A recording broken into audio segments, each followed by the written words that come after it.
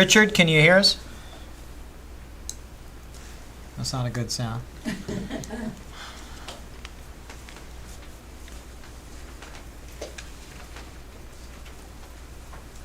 Yeah, we got that. Whoa, okay. Well, we can hear you loud and, too loud and clear. If you can put the presentation, Bob Freshman, on the master plan for Crystal Riley, if you can bring that up online, and then he's going to start once that is ready. Okay, you're ready to go. I am. Anyway, thank you for giving me the opportunity to present this. My name is Bob Freshman. My wife and I live on Parrot Mountain, not too far from the park.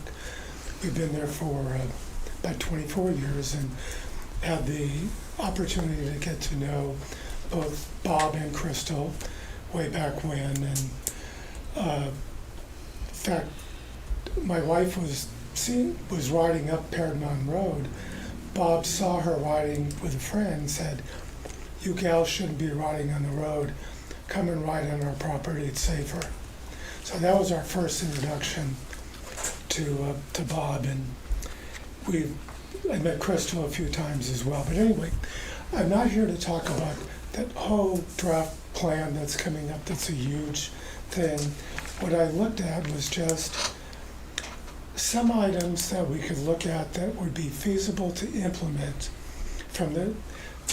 some from the draft plan, some not, in the next maybe 2 to 3 months at little to no cost to CPRD. We have the summer season coming up, so it's sort of time to think about getting moving on these. Some of the items on the draft plan are great, but I see those as longer term items. And that's something we can possibly handle that quickly.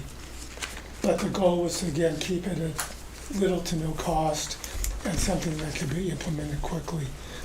If you can go ahead to the next slide.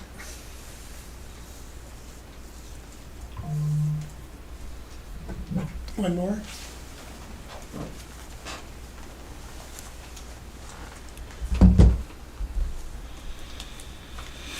One more. Okay, there we There go. we go. Here are some of the items that I thought of being doable and important. One of the most important was new and usable trail signage. And I'll talk about that just in a moment. Outreach to equestrian, hiking, walking groups to solicit volunteers. Not only volunteers to come up and participate in the park, but help with park projects. Look at what trail improvement projects are feasible to accomplish in the near term, and that could be done with local CPRD and volunteer resources. Educational opportunities could include guided hikes offered to the public at no cost, with possible involvement of school and other groups. And then in the past, there's been equestrian riding events. I participated in some done by Yamhill County Sheriff's Mind of Control, which were basically at no cost, either in resources or dollars, to the park to put on something like this. And then one of the most important things, that we can jump to the next slide, was the easy-to-use trail mapping system. I appreciate the work that went into somebody walking 14 miles of the park and coming up with that sort of graphic, but in reality it's useless as a trail map. I don't mean to be negative to anybody, but it's just a bunch of squiggles on a map. But when you're on the trail, you have no idea in relationship, where are you, where does this trail go, how do I get to where I want to go. I talk to people constantly when I'm up there. I'm probably up there 5 days a week, giving them directions, and it's pretty hard. It's easy when you say walk around the perimeter of the fields, but when you talk about the east side, not so easy to describe where you're going to go. So I think good signage, and I'll show you what I'm talking about, will really help make it more usable to people, more user-friendly. And I saw last year when I was up in Sunshine Coast area of British Columbia, I was up there on a kayaking trip, and one day when the weather was really crummy, we went hiking in a park called Hidden Groves. And when I saw their mapping system, I said, they nailed it. It was absolutely the best thing I've ever seen. If you can switch to the next slide.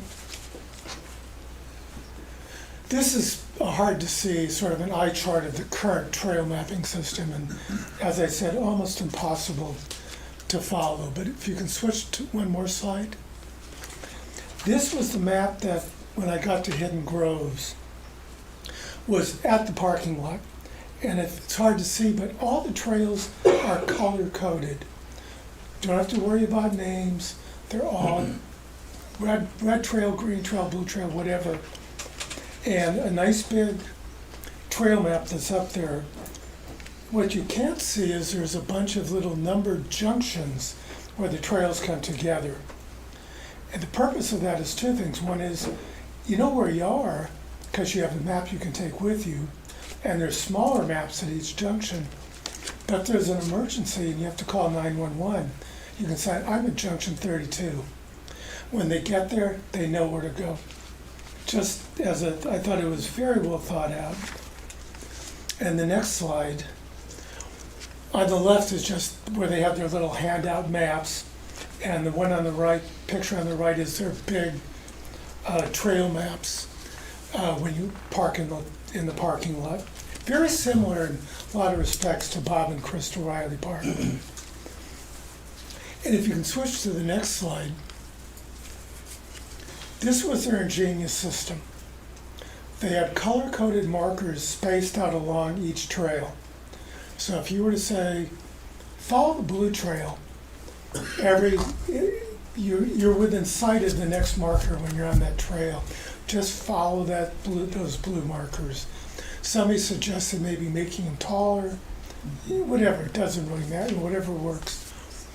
But at the junctions, when you're walking and you come to a junction, if you can switch to the next slide, that map is at every junction. So you see not only where you are, but you can see where you want to go. And it's also noted, though you can't read it on here, if there's a steep trail, it marks it as a steep trail. So if you don't want a steep trail, you have options to take a different trail. Very simple, very user-friendly. I couldn't find any negatives to that system whatsoever.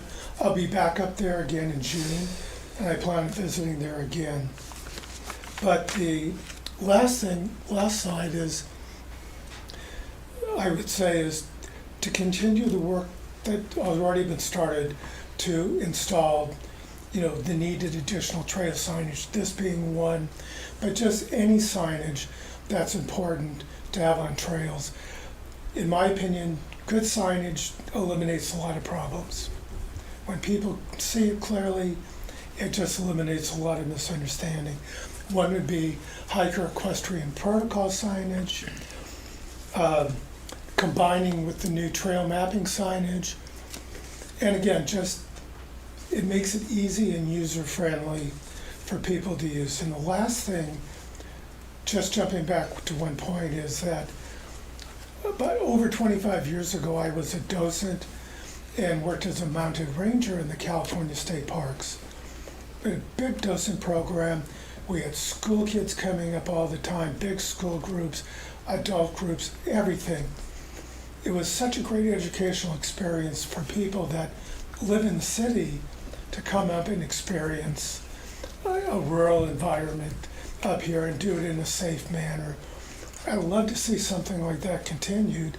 That's a volunteer program, and that's a no-cost program as far as CPRD is concerned. And the last thing, if anybody has any questions on the last slide, you're welcome to reach out to me. I'll be happy to answer it, and I'm happy to work with park staff to implement or help in any way that we can. Myself, Ryan, some of the other people are happy to be involved in donate our time to do that. So anyway, thank you very much. Thank you. Thank you, Bob.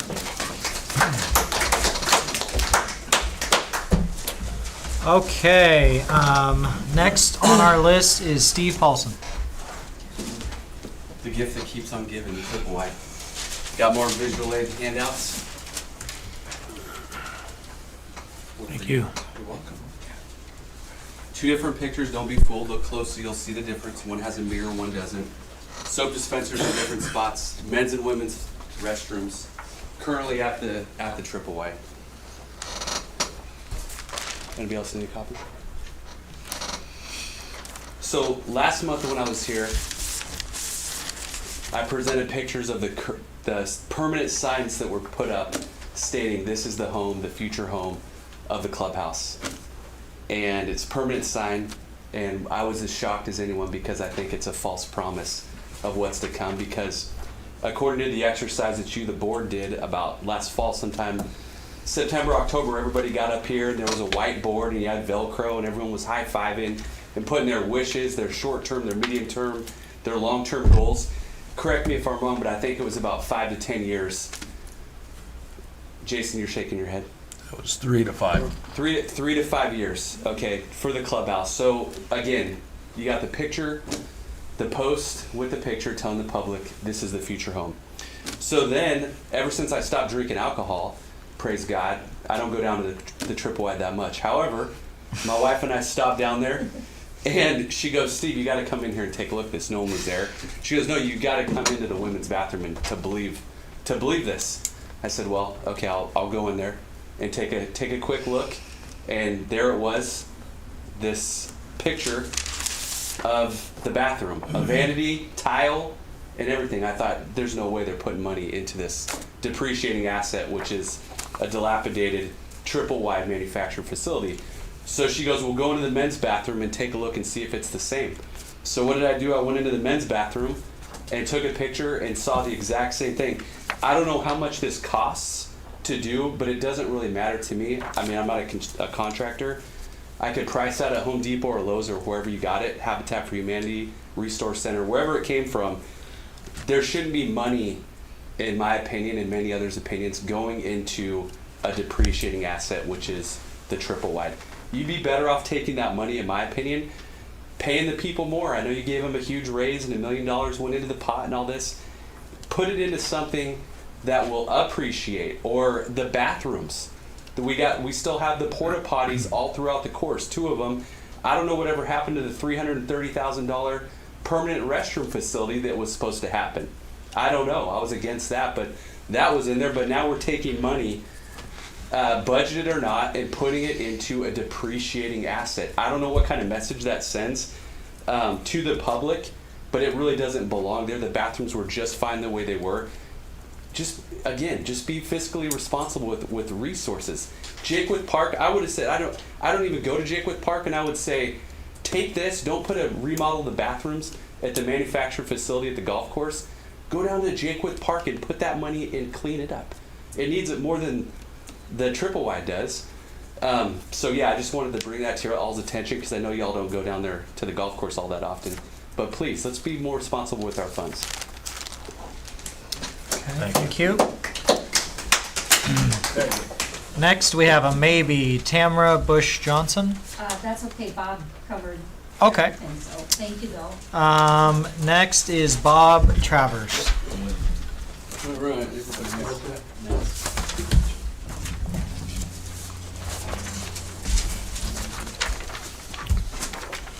Okay, this is a proposal that I started with a few months back, and I'm just going to read it, and then I'll be done. If you have any questions during that time, certainly, board, you can ask me. Dear CPRD Board of Directors, as discussed previously, we propose the formation of a steering committee to initiate the process of developing our new clubhouse. The committee will play a crucial role in guiding the project and ensuring its successful completion. Committee composition. Steering committee will consist of 5 to 7 individuals who meet the following criteria. Number 1, reside within CPRD's district, of course. Number 2, possess knowledge of committee protocol. Number 3, understand property management and construction procedures. Number 4, have experience in business development. Guidance and direction. The committee's work will be overseen by the CPRD Board of Directors. Their guidance will help steer the project in the right direction, ensuring alignment with our goals and visions for the new clubhouse. Volunteers, we are pleased to share that there are 4 individuals, not 3, 4 individuals up to date and are already volunteered to participate. Number 1, Tom Sheridan, who is a construction engineer. Roger Coleman, my neighbor, who is an electrical engineer. Bob Travers, business development. And Ron Rogers, construction. Meeting schedule. The steering committee will convene once a month to discuss, gather relevant information, and prepare data for submission to the board. First phase, understanding the elements. The steering committee represents the initial phase of our endeavor. Its primary objective is to comprehensively assess and require the requirements and challenges involved in securing the establishing a new clubhouse. We appreciate your support and look forward to your motion to establish the steering committee during this Thursday's meeting. Thank you for your commitment to enhance our community facilities. Bob Travers. Any questions? Nope. All right. Thank you. Thanks, Bob. Next, we have Brian Bowman.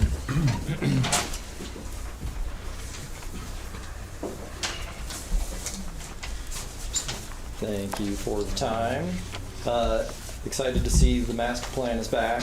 We're finished. And we'll kind of get started discussing, I'm sure, in subsequent months. Wanted just to take a minute to kind of reflect. I've got a copy of old voter pamphlets here. Right? All the board members fundamentally have talked about the importance of youth athletics and opportunities for kids. You know, Jason, you talked about how imperative it is to have a cycling option for kids in the community. And I know you're making movement that direction. In the meantime, I would make a case for considering Plan B, at least in the short term, or Alternative B in the master plan, at least for a while, until there is an alternative that is available for the broader base of CPRD users. And I think our recent trail user survey helps kind of illustrate the need for mountain bike trail options in the community. And that's all I have to say. Thanks, Brian. Thank you. You bet. And finally, we have Bob Lamb. A lot of Bobs today. A lot of Bobs today. Freshman, Travers, and Lamb. All right. Well, I've never done this before, but I gather I get 3 minutes to talk. So I'm just here. My family and I have lived here for the last about 10 years. So my kids are growing up in this community, and we're very heavy in sports. And I myself coach. I've been coaching wrestling or assisting coaching wrestling for the last about 6 years, and then football here, youth football here for the past 2, and intend to be there this year as well. And we come over here, and meet with Nicole Luling, and previously have when Julie was running the show. And so the conversation has come up at the field that we practice at. Just the football fields are just not. I'd like to see them more cared for a little bit. It rains here, obviously. Everybody knows that. They get very muddy during football season, and then the lights around them are just not. There's one space with lights, and a lot of football fields without them. So once it gets dark, we can't practice very well. And I'm just wondering if there's not any way we can improve some of the fields. For example, most of the last 2 years we've been doing everything out backside of CD Middle School. That's where the one general field is that's lighted. There's other fields out there. The only place with a field goal, that field is basically not usable. It's got so many mounds and gophers and big hills, and you can't run out there. Kids roll ankles, whatnot. I mean, it'd be lovely to have the money to go put like a turf field out there, but if that's not possible, maybe just get a big roller and roll down all the big bumps out there would be great. Now, I don't know if this is the, yes. Can you tell me where this field is that you're talking about specifically? So CV Middle School, Chalem Valley Middle School, really at the northwest end of town, right on the outskirts out there. Am I Okay, saying right? Chalem Valley, right? Yeah. Chalem Valley Middle School. okay. It's on the north, the back side of that. There's baseball fields and whatnot, and that part is all lit. And so there's a couple of teams that get to have light late into the evening when it gets more into the fall. But the rest of the teams kind of have to spread out because there's 200 and 300 some odd kids that, we have 5, 6, 7 of these teams going at once. And so you end up on the big field out there, and it's just really, really rough on ankles. So nobody really goes there. So we all squish in and don't really have a lot of room to practice. And so the idea again is if we can improve the one field, it's the only one out there that has a field goal. And so this year, like I'll be coaching 8th grade, we're going to want to practice field goals. We haven't been able to practice because we don't have anywhere to kick because you can't go out to that field. So anyways, the point is if we could put a little investment, that would really make a lot of kids and a lot of coaches really happy into just fixing those fields. And then, like I say, I know it's money, but lighting more fields than just the one general little spot that has would be really helpful as it gets dark because then we can spread these kids out. And I got 18 seconds. Any more questions? All right, great. Thanks for your time. Thank you. So Julie Yeah. provides an update at the end of the meeting, which you might not stay for the whole thing, but it will be online. And we might ask a couple questions regarding that and get some more information for you. Okay. Looks like that is it for our public participation section. We're now in our first action item committee report, and the first item is kind of a carryover from a discussion that occurred during budget in order to answer some more questions regarding our bank accounts and specifically the LGIP account. And Dawn, you provided a write-up for us here that's in the packet, and you're going to share a little bit of information on that. Be glad to. The LGIP is government treasury that basically all the governmental entities in Oregon put their money. The reason we do that is because we get an interest much higher than if we put it in the bank. So we put it in the LGIP, which is formed by and run by the Oregon State Treasury.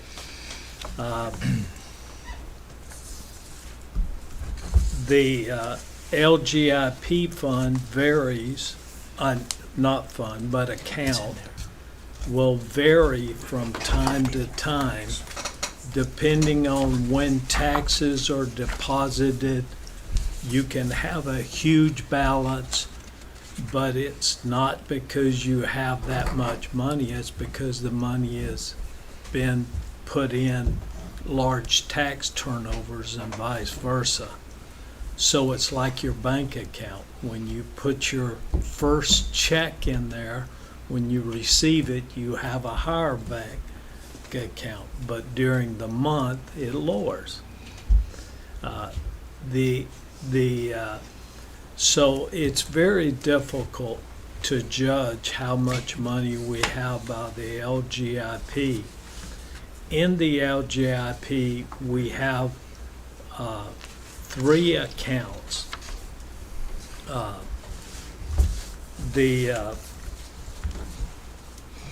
We have an account that has tax turnovers put in, and we call that the general. We also have an SDC account. The SDCs are what we collect. The reason we have an account here is because when we have our money in the bank, you have a $250,000 limit. If it goes above that $250,000, it is not guaranteed. That means that you could lose it if the bank fails, which probably won't occur, but that's the rules. In this particular instance, we are guaranteed. It goes much beyond that. So anytime our SDC fund gets above that, we transfer the money to the LGIP account, and we keep it in there. We do have locally 3 accounts at U.S. Bank. Those 3 accounts are the general fund, the SDC fund, and the foundation account. We keep money in each of them. At the end of every year, the auditors come in, they audit the books, and they look at what we have left over. They put that in there. That's the ending balance. That ending balance is the beginning balance for the upcoming year. An example, we don't know what our ending balance was for the 23-24 because we're still in it, but we're budgeting for the 24-25 budget. So we have to do estimates. And those estimates are based on the best information that we have. So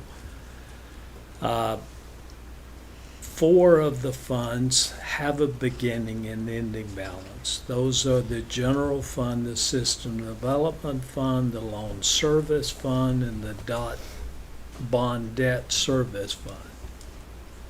Those funds have ending balances. The ending balance in the general fund at the end of the 21-22 audit was $5,876,118. The system development fund was $3,856,041. The debt service fund was $34,001, and the bond debt service was $360,058. Remember, these funds are restricted. That means the general fund is the one that we can pay pretty much for everything or anything.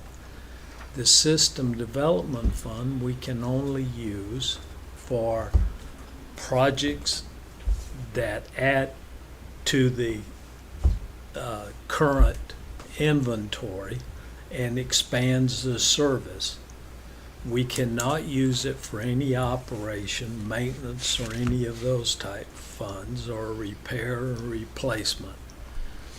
The debt service fund was an old fund that we used to do. We used to transfer money from the general fund to the debt service fund. And that's what's left in there. The bond debt service fund is restricted. It is only to pay for the bond indebtedness that was passed by the taxpayers. We cannot touch any money other than to pay for the bond, regardless of how much money we have in it. That's all that we can do. So just to clarify, the LGIP stands for Local Government Investment Pool, and Correct. that is where the bulk of our money resides. So we were given it was, I think, an informational printout from the Oregon State Treasury showing roughly $12.8 million in that fund. And that was a snapshot in time before That's a lot correct. of our debt obligations and payments go out at the end of the year, representing a big portion of really the balance of most of the money we have. There's other smaller accounts that are under $250,000, but so I hope that clarifies what that specific amount was for everyone. I don't know if there's any other. Yeah, it was Questions? important to me because I hear so many things about our finances that we clarify it to people, and that's why I asked Don. I said, at a meeting it'd be good to outline this, I mean, the LGIP is like me personally putting money into my Vanguard fund and watching it go up, hopefully. And sometimes it goes down, but mainly goes up. And so that's kind of similar to what the LGIP is for government agencies, not just this agency, but special districts and other districts out there. So I just wanted to make it clear because so many people have said so many things, and I thought it was important for the public to hear that online and here for the folks that are sitting here. Is it open to the public? We can do a couple brief questions if you have. Yeah, there's a couple. Number one, at the end of December of last year, we got a printout that shows there was $13 million in the fund, and it was in the pool. Last month, I believe, or last couple of weeks ago, you said that all of the people are putting in the pool, and that's what we're seeing. That's not correct. Is that?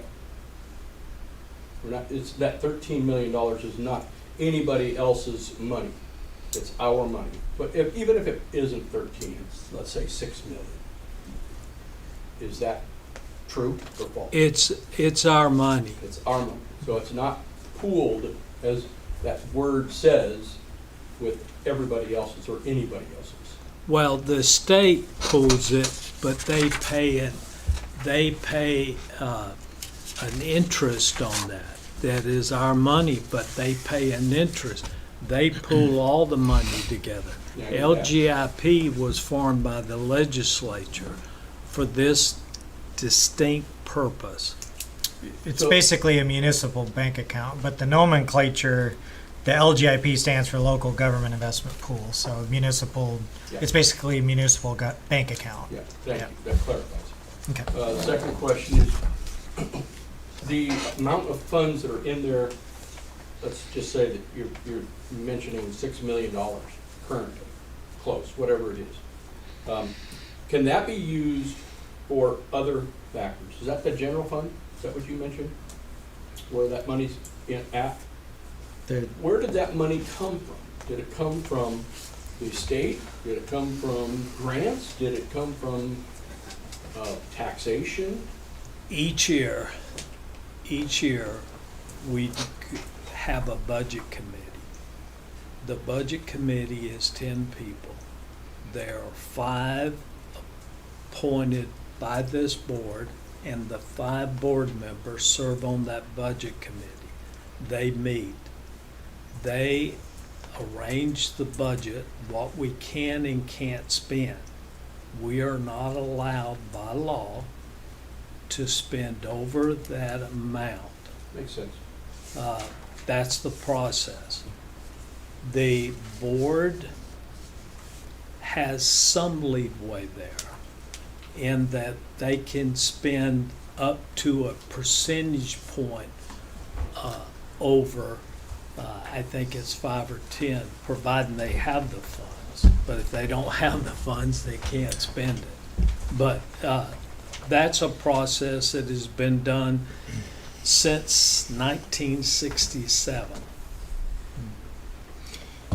Just to add on, I think there's 2 different questions. So which fund is which, right? SDC fund, general fund.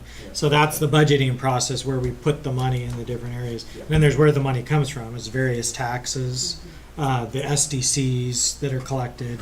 But then also, because we have special services, a lot of that money that goes into the various funds is from the special services. So those who pay for services at the golf course or the aquatic center, whatever. So all the money we get it's accounted for through the various funds, and they are all checked and audited every year, and then the budget committee then appropriates it. So I got a quick one while you, Okay. since you opened up, real easy. Yeah. 2 easy ones for you, Don. One, can the SDC fund that you just spoke of, you talked about using it for enhancements and things like that. Can that any of that money specifically be used for new construction projects? It can be used provided it's enhanced services.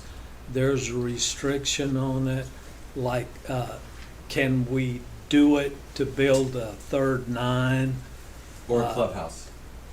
We can use some of it for the clubhouse, but not all. because we'll be replacing the clubhouse. We won't be building a new one. Now, when we build a new one, what will be the increase in service? And that part of the funds can be used. And the second one is, can the SDC fund, can it or has it been used to pay down debt? Yes. You can. Well, It has and it can. That, You can use that's, that to pay down debt. that is correct. If you borrow money to build these facilities, which a lot of governmental entities do, they borrow it up front and pay it back over a period of years. You can do that. Otherwise, we couldn't have built the golf course. Thank you. Okay. Thank you.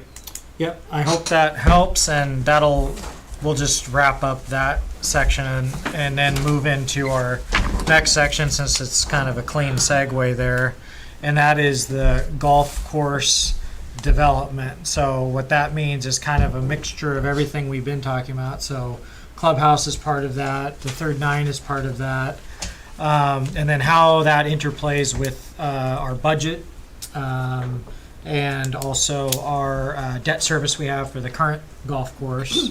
But first, I'm gonna let you have an update on what staff has been doing with respect to the golf course. I'm assuming you want to share that, or I don't know if There's any other folks do. two things in the golf course development. There's two projects. Actually, there's three. But the first is the restrooms, which we've talked about and will begin to do, hopefully. The one project is the clubhouse. The clubhouse, we are currently deciding how much we need area. We'll design that. Then for the restaurant and the bar, we will bring people in who understand that business and help us set up a plan for that business. That means that they run it, they understand it, and we will set up what's called RFP. We will develop that RFP and go out and say to these businesses, would you be willing to commit to coming in here and running this, and how much would you commit to? That will tell us what our loan amount of money is. When we decide on the size and the other things, let's say it's $2 million, hypothetically, then that when we borrow that $2 million, it will cost us so much per year. How much revenue can we generate, and can we pay for that?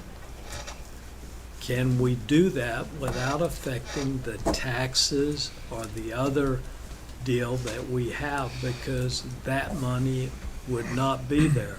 When we built the golf course, we did 3 feasibility studies on the golf course after we knew what we were going to do. The feasibility study said that we could make it, which we will pay off next year.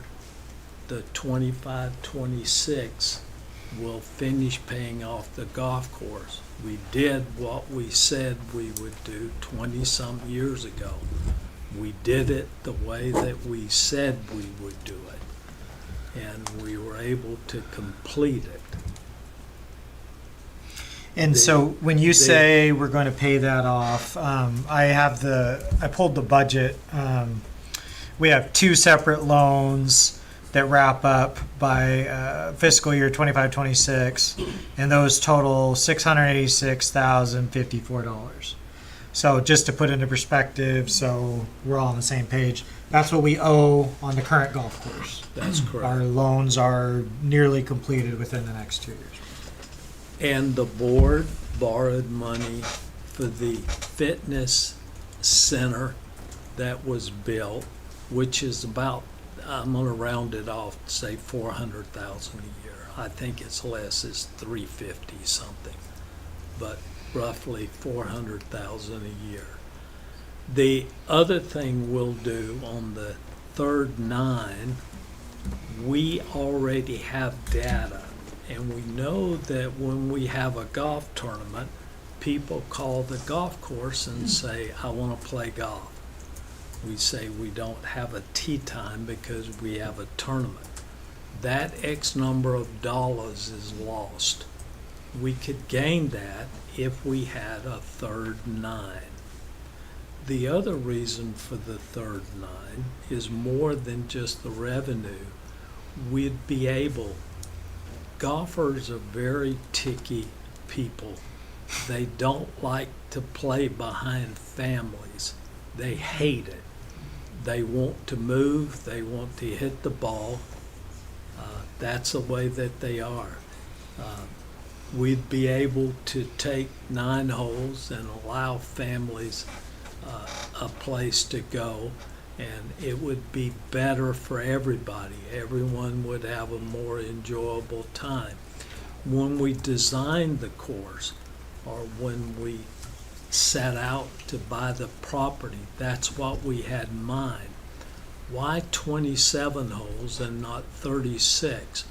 Because we found out you could play with 27, you could get almost the same amount of golfers as you can on 36. And why that is, I don't know, but I'll defer to the experts. They seem to know what they're talking about. So a lot of golf courses go to 27. It made sense to us. The other problem is 27 is much easier to maintain than 36 holes by far. So that was the reason. The idea was to develop the land, make sure we had enough land by which to do that. When we started the project and we went for the land, we were basically told that we couldn't build a course because the land was EFU land, and that land was not going to be converted. We felt that it was important for EFU land, but at the same time, what about recreational opportunities? There's 9 state goals, not just 1, but 9. We counted on that. We worked with the state, and we kept going, and we were able to overcome that. So we were able to build the 9 on the EFU land.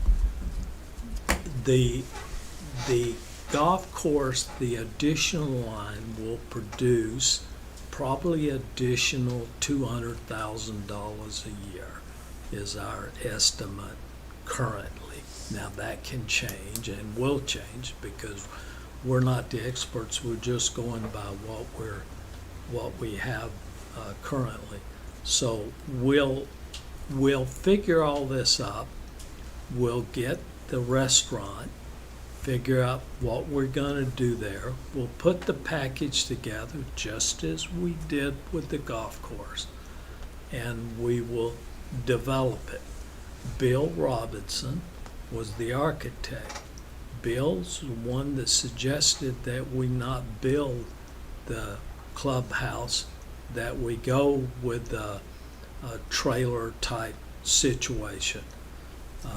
The reason for that was he said the clubhouse will not make you money, it will lose you money.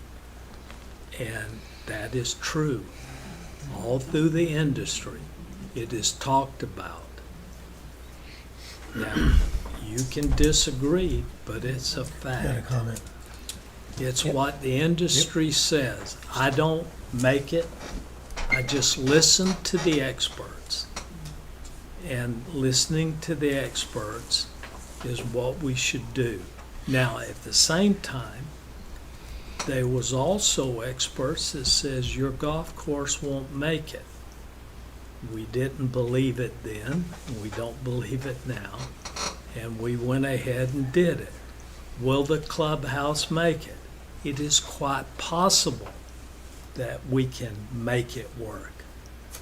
And if we can make it work, we'll make it work.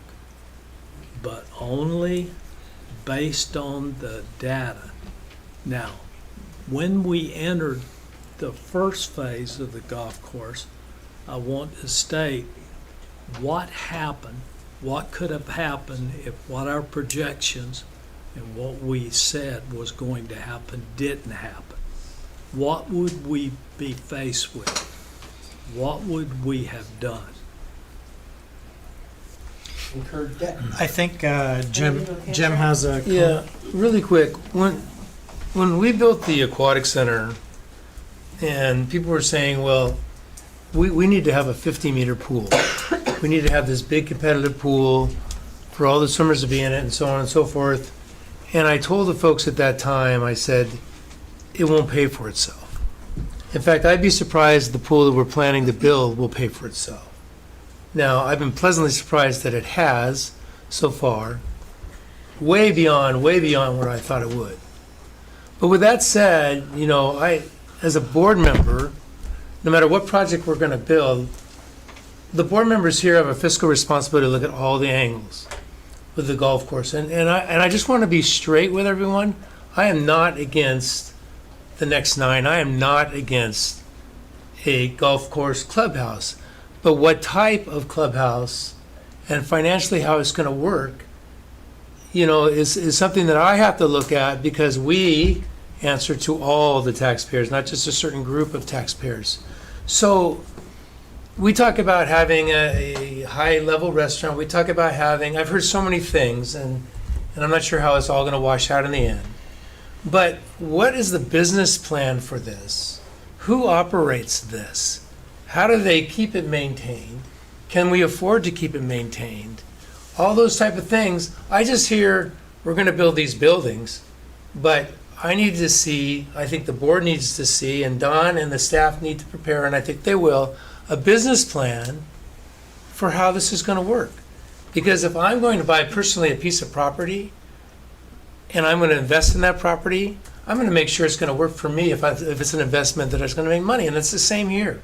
So folks, I just want you to know that I'm not against anything. I look at the numbers right now in the golf course operation, and when I look at the golf course operation, I don't just look at personnel costs or the clubhouse costs. I look at the maintenance costs, and I look at the equipment costs. If you add those all up in this next fiscal year, take a look, because it's not, you know, it's a big number. Now, we over budget a lot of times, the staff does, because they're thinking, oh God, so we run into this and so on and so forth, they have money left over. But I really look at those numbers and want to make sure whatever we build out there, if we build out there, that it's going to be successful. Because that's kind of how I look at it. And that's how I think the taxpayers are going to look at it, because if we put this to a vote to the taxpayers, like we did with the pool, I don't know how that would work. We didn't initially, we lost it twice. We put out the golf course twice in elections, and they failed. They had other things on there too, and it may not just have been the golf course issue, but they went down. So we went out and borrowed money, and we showed the taxpayers it's been a success. So I just think we need to look at all those things. But again, I'm not against it. I just want it to be done right, properly, and thoroughly, and look at all the angles. And one thing I like folks that are into the golf course to look up, in Boise there's a Warm Springs golf course. Take a look at the new clubhouse that they're talking about building there, and see what you think. I mean, it's pretty amazing, but they also had a private funder give $3.9 million towards it, and it's a public course. So, you know, I've been looking too and trying to figure it out and see where we're at. So, again, I appreciate the folks that have been here trying to push this. A lot of things don't get done unless you do push it. But again, I just want to make sure that it's going to be right, because the taxpayers are going to end up having it under their wing. Or I'd hate to see it sold and go somewhere else. Now, you mentioned something, if you'd like to elaborate, or Dawn, or you guys can both, or however you want to approach it.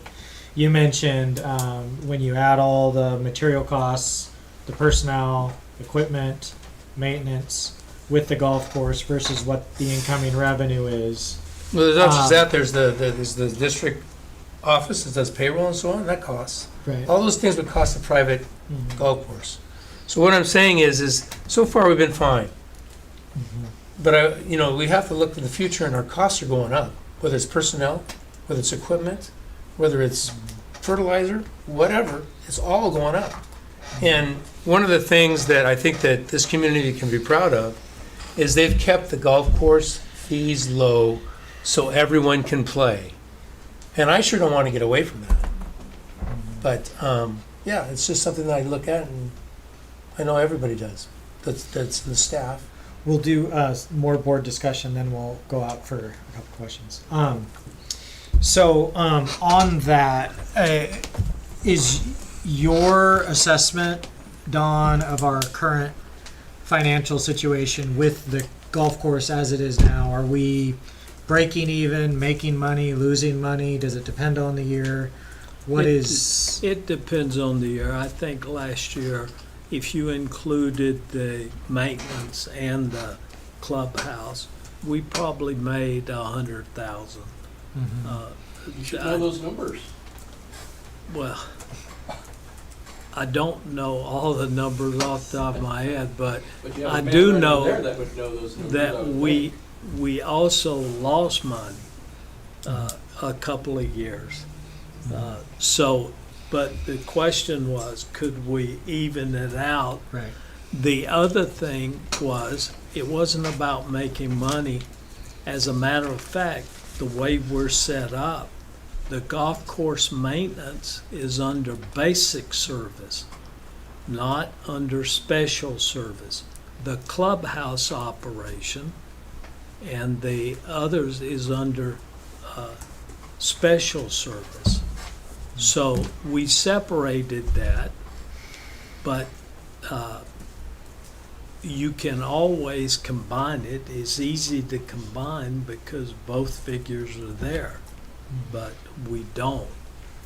We put that under special, the golf course. The one thing that we wanted, the reason we didn't contract it out was because when we contracted it out, you're not allowed to set the number that they can charge, because we wanted to keep the golf course affordable. I think we've done that. I talked with Bill when we first did it, and I said, Bill, what do you think?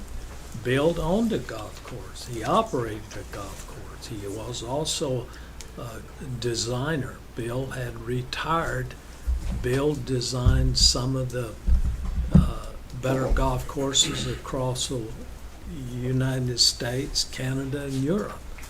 But he retired, moved to Oregon, bought a golf course, ran it. That's the reason I chose Bill to build ours, because I thought he was the right choice, and still believe that, because when we built it, the first thing I told Bill was, Bill, this course is too hard. I'm not sure it'll work. He says, you don't understand golf, you don't understand challenges, and we need a challenging golf course, not a golf course you can just walk up and down and hit the ball straight. And I'm going to see that we do that, and he did it. But that's that's behind us. Currently, we're okay. We have an issue facing us. At some point, I would say in the next 10 years, we've got to redo the irrigation system. And am I wrong, Casey? Well, we're partially doing the controls this year. Yes. We haven't had too many mainline failures. Typically, the irrigation system will give you 30 years. Yeah. Okay. That'll be 30 years at the end of 10. That and pathways. Yeah. So, just to clarify a couple of other things you said, you said the first step is this business plan. So making a business plan that makes sense for clubhouse, third nine, so we're not burdening the taxpayers. The idea is we're doing something that will at least break even. Has that process already started, the business plan? Yes. And then do we have an expected time frame for that? Like, how long does that take? Normally, when we know what we feel that we'll need, there'll be the process of going back to the community, running it through the community, getting as much input as we can from that process. Then after that, after we know what we want and what it's going to be, we'll probably do a feasibility study and get that. That feasibility study will probably take, I'm going to guess, 3 to 6 months max. Then, depending on that, you will have enough information by which to make a decision. That is, how do we proceed from that point? So the business plan, is that, do we look at lending options and costs in the business plan so we know what we're... Once you decide that it's feasible, then we'll look at the lending cost and all of that.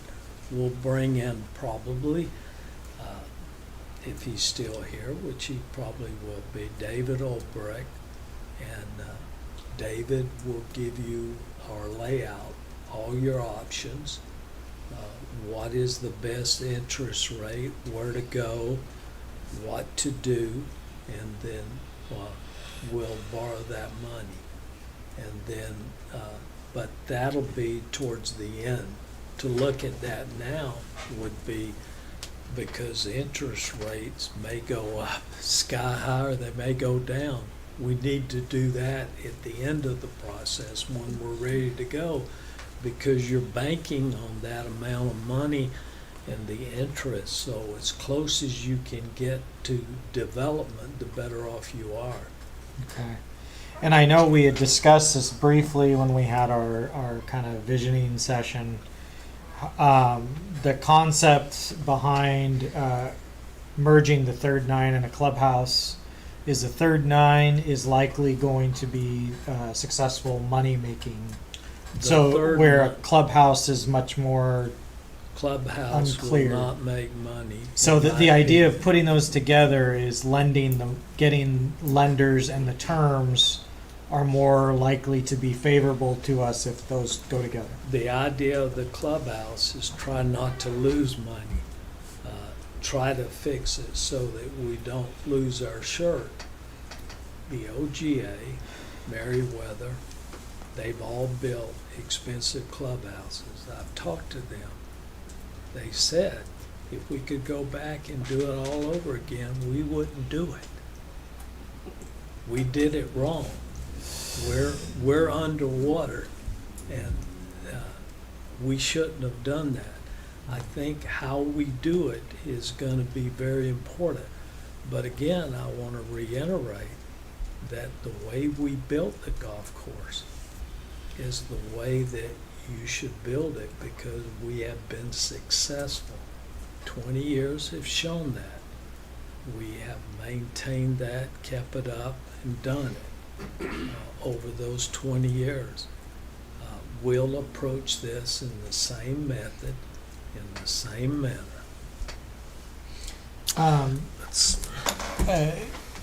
All right, we have a couple of folks from the golf world over there. Do you guys have any thoughts or comments, any details that you might like to add? Help our discussion at all? I think Dawn's right. Go about it slow, because clubhouses fail. Usually the first two owners go bankrupt when they build a golf course. The only successful ones get to charge whatever they want. And, you see a lot of private clubs, they have, $100,000 initiation fees, and they charge them, $25,000, $30,000 a year for regular play or membership. They also have in place what's known as, I guess they have a certain tab in the clubhouse kitchen or bar area that is a set amount that they're charged every month. It's a credit, and so it pays for all that.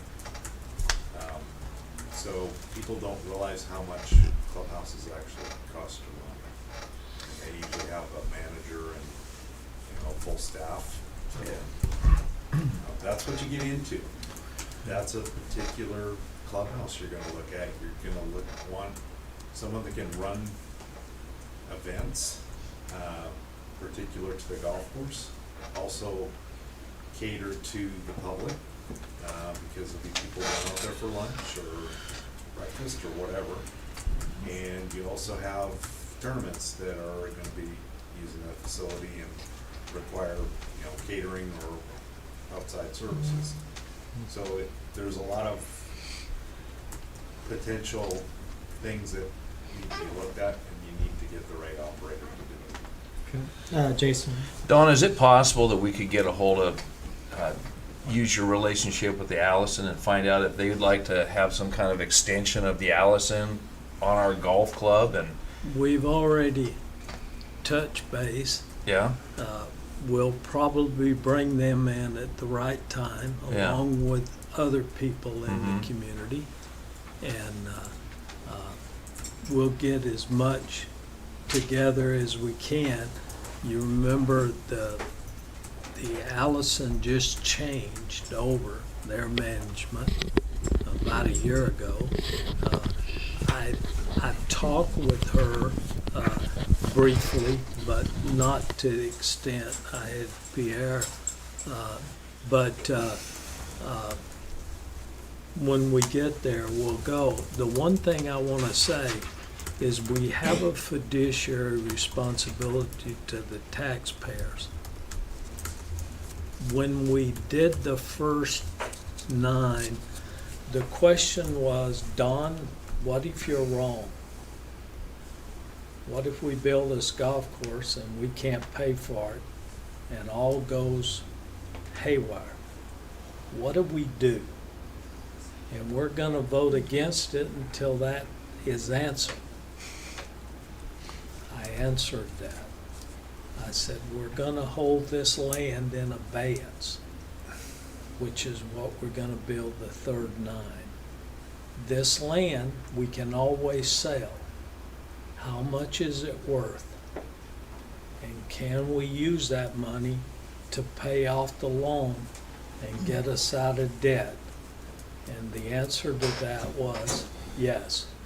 So the board was fiduciary in that they wanted to ask the question and not go out there blind. I would suggest to this board the same identical thing. Of course, there were groups that wanted the golf course. There was also groups in the community that fought us every step of the way. They didn't want it. One question I want to say is we put it out to the voters in the community and they said no. So why did we do it? On the same survey, we asked the community, if we didn't have taxes involved, if we didn't raise our taxes, would you want a golf course? And the answer was yes, but we're not willing to be taxed for it. So we had to figure out how to do it, which is what we did without the taxation. And we did that. We're 20 years later. We achieved it. And I think that's a big piece of this is we have the $686,000 to pay off. It looks like we have a time frame for the business plan, feasibility study, pinning down lending options, and then determining what we can afford. And that's likely going to put us right at that 25, 26 budget. where the prior debt comes off and we actually have the capacity to potentially take out new debt. So I think we have a plan in place. I'd like to see the business plan from staff by probably fourth quarter of this year, if possible. I don't know if that sounds doable. Kellen, I think he's looking at you. Kellen, can we get that done? Yeah. Fourth quarter. By fourth quarter, okay. Because I want to make sure that we're continuing on the progress towards this and seeing if it's something we can afford, and actually getting to the point where, okay, we have a business plan, we think we can do something that will work, but this is a special service, so this isn't something that I feel comfortable strapping the taxpayers with. Because I think if we all ask ourselves, if this were on the ballot next week, do you think the taxpayers of this district would vote yes to subsidize a clubhouse? That's what you got SDC. Right. You're asking us the question, Right. Matt. That's what you got Right. the SDCs for, to build new construction once things are paid off. No one's talking about asking so the public for tax. that's precisely why we have to have a business plan, which shows that we're doing something fiscally responsible that isn't going to lose money. And I think that's what we're trying to do here. And I think if we keep this moving forward, because we are working on the business plan, we are working on the first step of a 4 or 5 step process. I think as long as we check up, follow up, make sure this is moving, and we're going to get this going, I think we're going to get somewhere. Gail, did you have anything?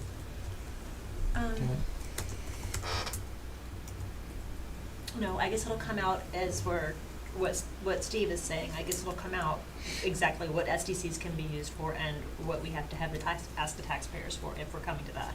Right. So I think that'll be in the as we go along. There is, I want to point out that we currently have a place. So will the clubhouse be considered replacement? Or will it be more than what we have? Based on what I've heard, it'll be more than what we currently have. It'll have a kitchen, it'll have other things. So we can use SDCs for that, but not the entire thing. But the golf course is additional opportunities, so we can use SDCs. I want to point out SDCs are not constant. Yeah, that's what I was gonna say, Don. I was Yes. gonna say, people are saying SDC this, SDC that. If there's a downturn in some of the construction, then that money's not there. So we need to look at, are we gonna use, we talk about SDCs all the time for many different things. But are we gonna be looking for that at the golf course, or are we gonna be looking to borrow and pay it back through the revenue that's projected? As you know, the original board didn't use SDCs. I remember. We used the general fund. Why did we use the general fund? Because we didn't know what the SDCs were going to bring. We were able to transfer that to the SDCs, which they could have used that to begin with. They did not, because they said, we're not going to go out there and get in the middle of this project, and I wouldn't recommend that you do either on SDCs, because it's not consistent. It's anything but consistent. And you need to be extremely careful when you look. Right now, it's good, but remember, I think it's at one point, we had over $1 million that we were paying annually out of the general fund. We were paying annually for debt service. That's where the $32,000 was left, because we transferred money into the debt service. That was a year. We moved that. Why? Because if the board remembers, they wanted to raise the salaries. We can't do that now. I mean, we would be in, I'm just operationally, we'd be in stating trouble. facts. Right. And it was done. I said the only way it can be done is if we move the SDCs or the debt service to the SDCs. I didn't recommend it, but it was done, and that's okay. We'll make it work. What I recommend is not what's important. What's important is what you agree to and what you approve. Once you do that, it is my job to see that that is done and carried out to the best of our ability, regardless of who the board members are or what the board is. And we have done that to the best of our ability. Okay. So in the interest of time, just to take a couple questions, you were first, and then you were you first. Okay, we'll do you first, and then, like I said, we'll just do a couple questions, and we'll try to move So, just on the business plan, so I'm all for a business plan, I think everything should have a business plan. My question on a business plan is, why isn't everything here? Why doesn't that apply to everything? Like, we have the cultural center, that dumped millions of dollars into with no return for tax, for the taxpayers, loan money with no repayment. Trails, they cost money, they don't make money. There's all kinds of things that cost money and don't make money. So if we're gonna get fiscally responsible, and if we're gonna have a fiduciary responsibility to taxpayers, we need to approach everything with a business plan. I would agree, and we have one. So how much We money are the trails gonna decided- make you? Okay, it won't. Right, so then But why do we expect trails- something different from a golf? Trails are Okay, not we'll give them a chance to under, answer. if you let me, I'll explain the difference. Special service is that service that is available to the public. Special service will be paid for by those people.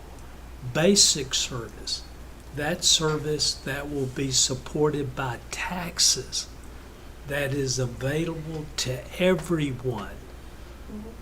Trails is a basic service.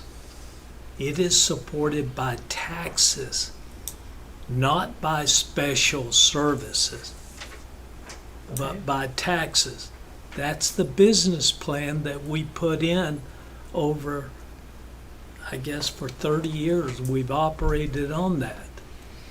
We are probably 21. The national average on recovery was around $20, if I remember correctly. I'm gonna have to, don't quote me, but I know that we're at about $50 or $60. We are way ahead of the national average. Why are we that far ahead? Because we had a business plan. We set out to do that. We felt that was the best way to go. We have done surveys in the community by George Fox. We ask them, do you like this concept? Is this the right concept? Yes, they have agreed to it. I didn't do the survey.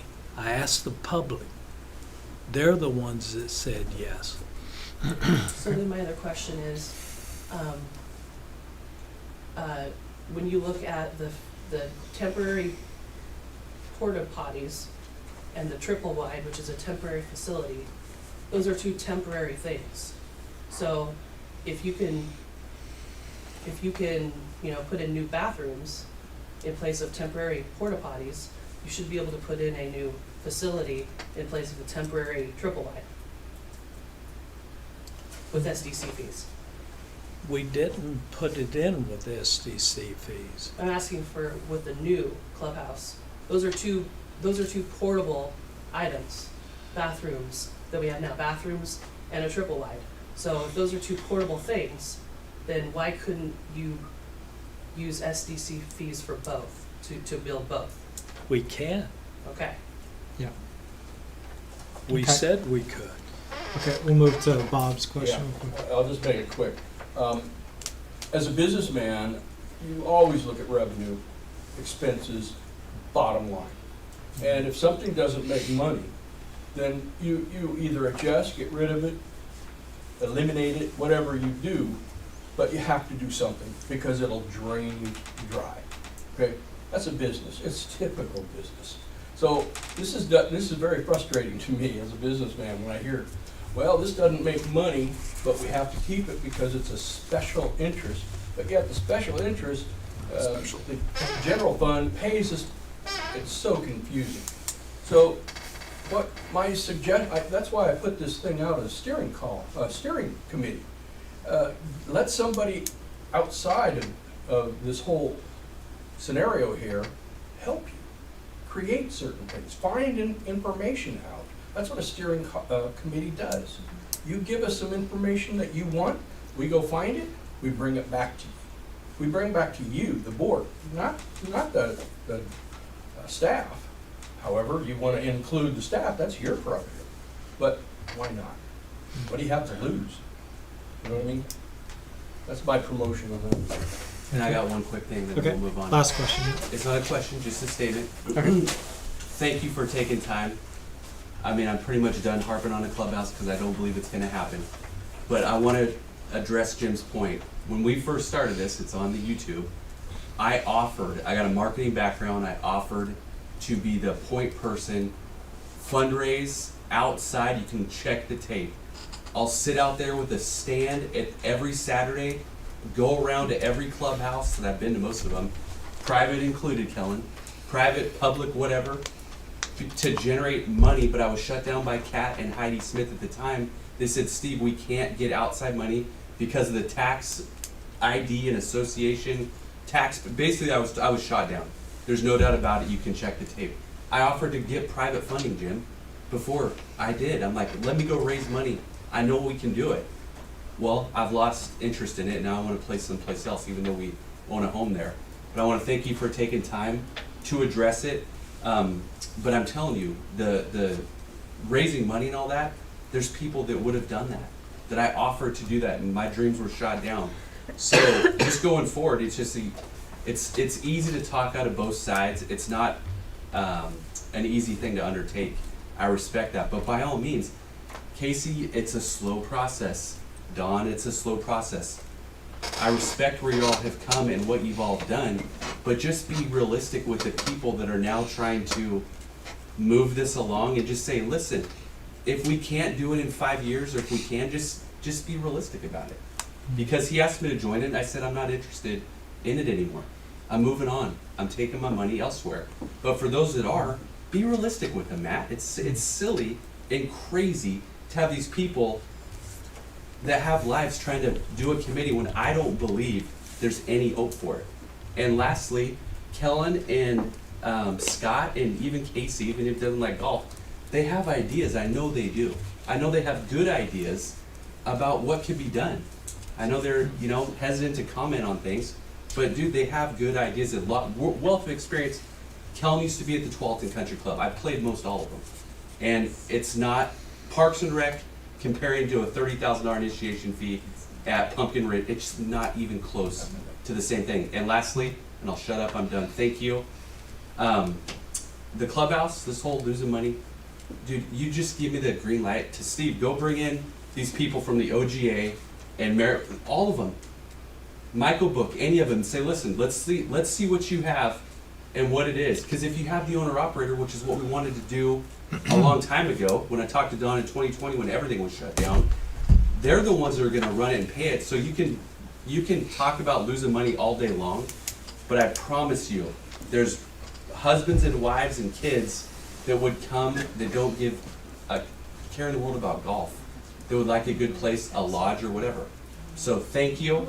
Yeah. I appreciate the time. I didn't expect all that. Yeah, Thank you. appreciate it. Thank you very much. Appreciate it, Don. Yes. I really do appreciate it. All right, thank you. Any, Mr. President, Yep. I just want to add, they said the golf course would lose money. I didn't believe it. See you guys later. We worked very hard to do it. I think the clubhouse will be built. I swear. Can we get a roller for the greens? Is that really happening? I heard it was coming. Is it true? If it's not, just tell me. I don't want to get my hopes up. The what? A He's roller- speaking of a for roller the for the greens? greens. Is that really happening? It's on order, no? It's It in the is? next budget.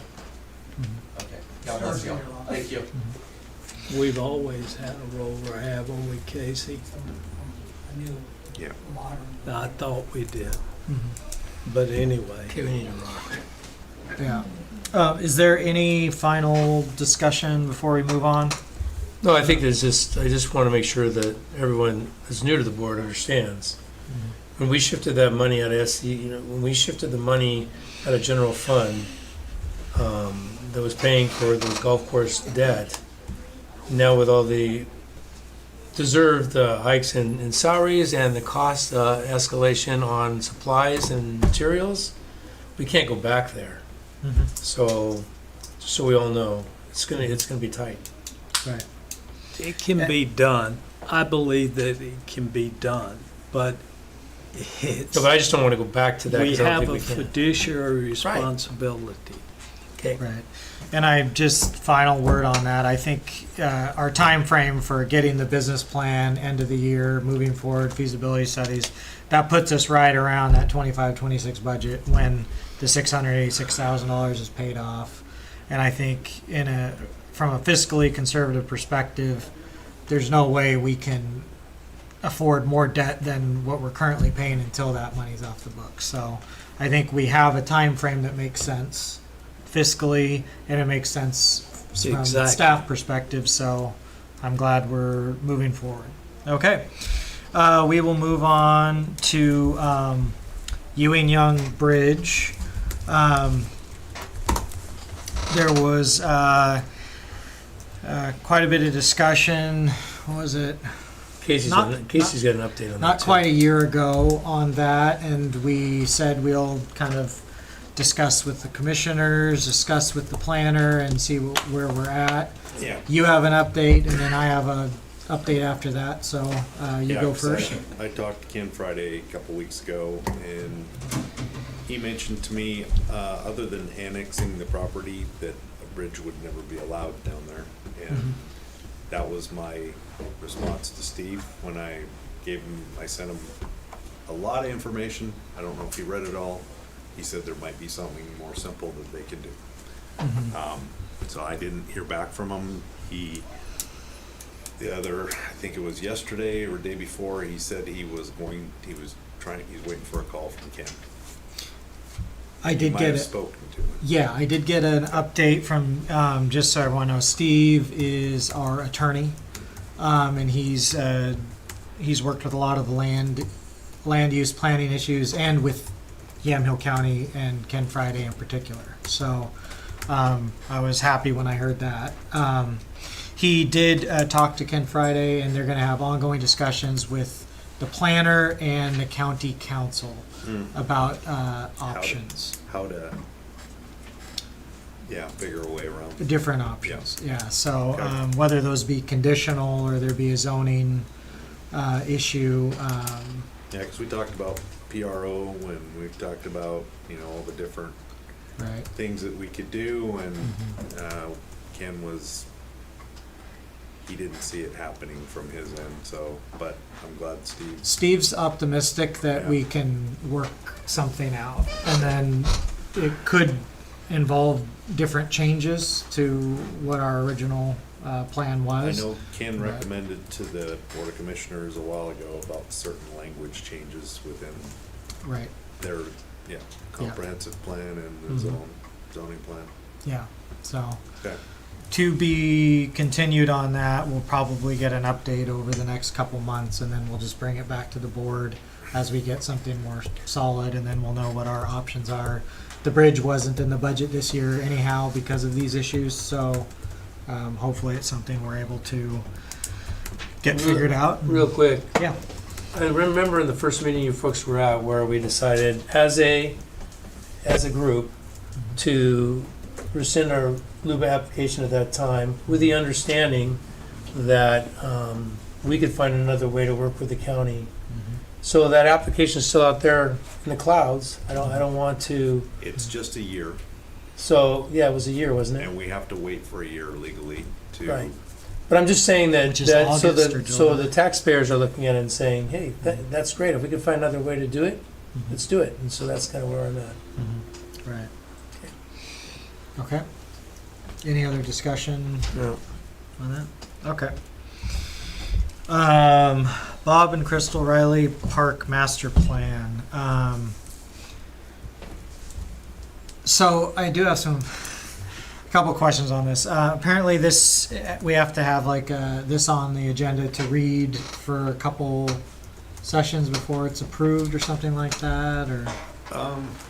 No, You- we presented it to you so you could read through it and Okay. hear the comments from, Kat gets a bunch of comments and people respond, and I think you should be just kind of wary of what's going on. And if you have any thoughts or anything, then let us know and we can certainly. Okay, so I do have questions.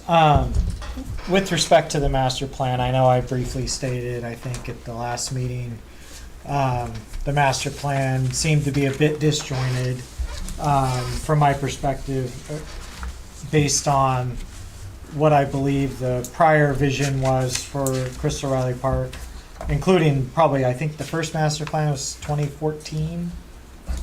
That was done on We that? didn't do the first. We Or didn't the, do uh, a It master. wasn't a master plan, it was part of the planning Environmental study application. was done in like That's correct. 2016. Yeah, The first thing we thought was important is to make sure we protected what was there. So we did the environmental study to make sure we didn't destroy something. And we've done the master plan. The one thing I want to state is that a master plan is not in concrete. That means a master plan must change. It must be altered. It must go through a process. When you approve the master plan, you basically say, we are approving this master plan, but we know at the same time that it may change as time goes by. And a master plan is a guidance. It's like a guiding system. It's not an absolute, and we shouldn't treat it that way. We should treat it as a guidance plan. And so I want to bring that out. That's the way we've always operated.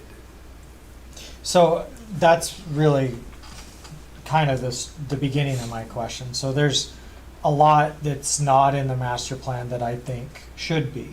And I do think that we probably need to add a discussion of a business plan for special services up there, because I believe there's an incredible need for equestrian facilities that could be probably very profitable up there. And none of that is in the master plan. And then also, I know there is some of the kind of the agricultural education sorts of things, but I think there needs to be more of that. Also, there needs to be more event use type of uses as well, which again would probably be a special service.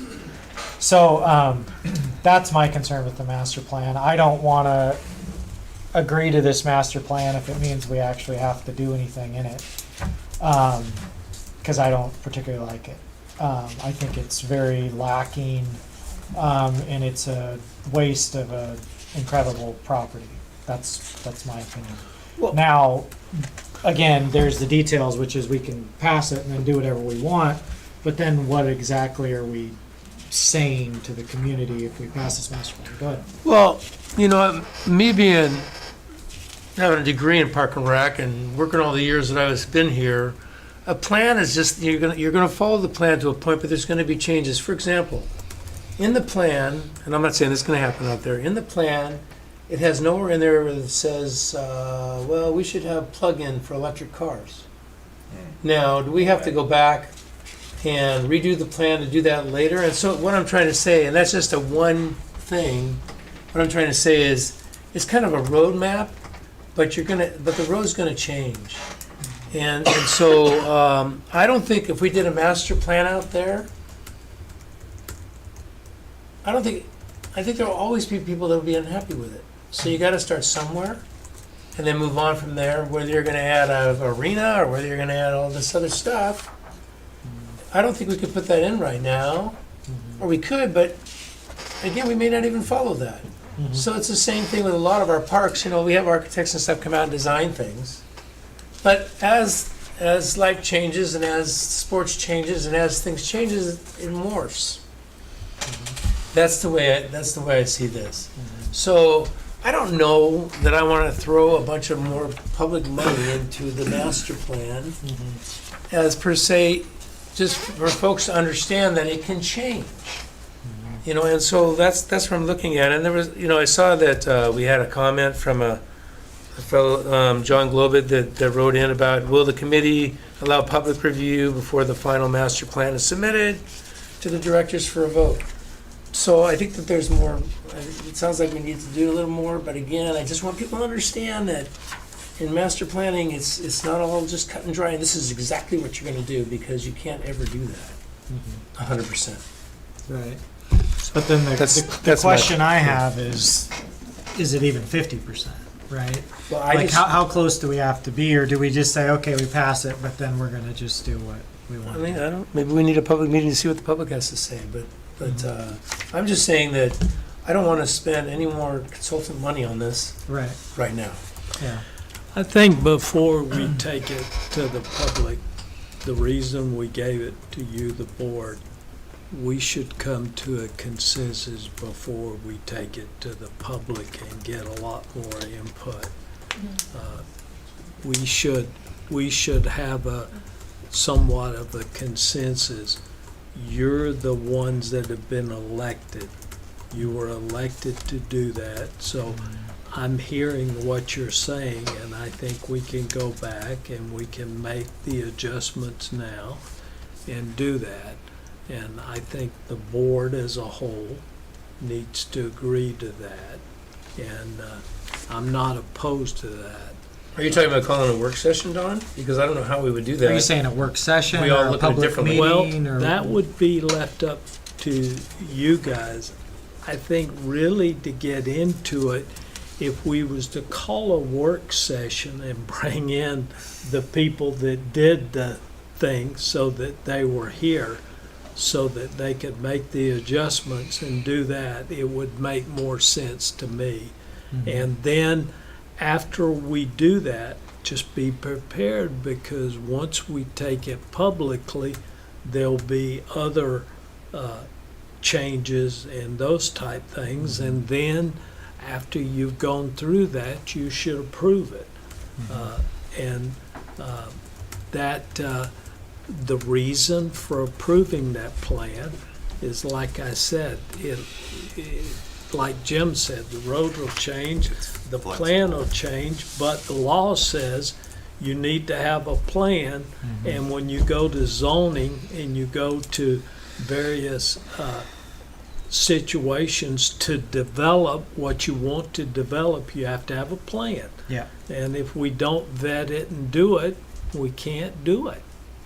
So I guess that's what we'd want to discuss would be, do we want to have a work session specifically we'd actually be meeting with the folks who put the plan together That would be my with the board in a suggestion. public meeting? Is that something that you guys are? No, I think you're going to have to. We're all going to come to this meeting and all have different views, and it's going to be chaos. Okay.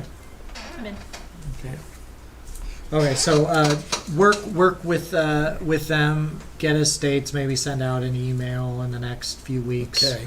And we'll see where we can do a doodle thing within.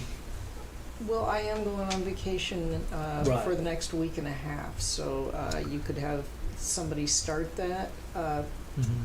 In the interest, it depends where you want to be by next month's board meeting, whether you want to. It probably won't be. It won't be before next we're- month's we're board not meeting. gonna be This there. isn't a. So- We're not going to rush it through. So You can do it. You can do the Yeah. doodle when you get back. Yeah. So Not we'll immediate. just wait, Yeah. Okay. and we'll take care of that. Okay. Well, I think. Can I ask a question? Yeah. Go ahead. My first question is there someplace that I can get a hard copy of that. I had a really hard time on the computer following it from one step to the other. The master plan. I think we probably have. Oh, we can certainly run you Yeah. Yeah. That We would can be get you a odd. copy. I'm not very good with the computer either, so if I can read things, on paper, that really helps Yeah. me. Yeah. I hear you. The one thing is, Kat, do you have a copy? of Here, you can that? have my copy. I'm sure they'll make me another copy. Thank you. There you go. Good. Then Thank you, my other- Jim. and it's a Yeah. very short comment, Yeah. because I honestly didn't get through the whole thing because I was having so much trouble. Mhm. It seems to me that the focus group that was used to come up with this Mhm. didn't have a lot of equestrian experience. Yeah. And that kind of concerns me. I wish that if you have people that know how to set up I mean, my big concern is weatherizing those trails and sticking, just as an example, putting chips on top of that dirt Mhm. is gonna make an incredible mess. You know, they talk about that in there? I think so, yeah. So it seemed like they were more interested in, just the hiking piece of it. Right. Where I would like to see somebody, at least somebody on that focus group that understands what Yeah. is important, particularly safety Right. for equestrians. Yeah. Gotcha. Thank you. I totally agree. Okay. Sorry, just really quick. And Yep. I'm sort of confused as to where all the public comments have landed. And it would seem that the focus group comments, like it would seem that those can be integrated before this working session at least, or I just don't want to see those comments lost from the focus group. Well, we've got a lot of feedback, especially on this park, just via email, via No, I know feedback it's in here. there, but it's not, there's been no, like, if you're talking about, and I know we're talking about this working session now, but if we're talking about approving a master plan, it seems that there was already a lot of feedback. And so integrating that with the feedback from the working session, but let's just make sure we don't lose those, that knowledge that was already passed on from the focus group. Right. Because it was unclear that any of it, other than just list of comments, none of it was, the master plan was not altered at all. Right? We didn't go back to the designers and say, okay, we don't want this, give us another revision without the parking lot or with a quote for, different trail surface. Like it feels like that those efforts are hanging. Yeah. Okay. Well, I think if the board reads through those comments, because I read through those comments, and those can come up when we have discussion. Yep. For sure. Okay. Okay. Anything else on this before we move on? Okay. Do you have the Friends Park, or you want to address that now? You said someone was showing up for that? Oh, She's here. yes. Oh, yeah. Do you have the maps? I do.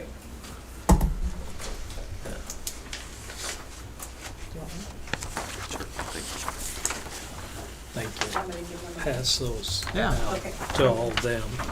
Right. Jason really likes maps. Thank you.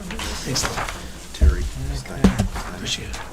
Oh, the Just lot for line the is board's information, then I'll let you explain.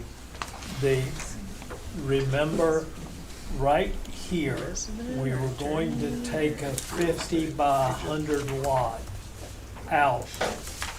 See my finger? This was the previous board you're talking Right. about. No, we talked you. about Oh, it we a couple did. times. Yes, Yeah. we did. 50 by 100 here. This, what he's suggesting is we do a lot line adjustment, and I believe this is 20 feet. From his original line, we just go 20 feet this way, Okay. which comes out to, I don't know the square feet. Let's see, It's like about 7,400. 7,400. Yeah, actually, it's a better proposal. And then the other land will be given, which is roughly 3 point, Where's that on the, is that on the map here too, the other land on that was gonna be quote given? Yes. Yes. Go ahead and explain it. 3.32 acre. Yes. Are we gonna show this map on the screen? No, we No. just got We it. just got it. Oh, okay.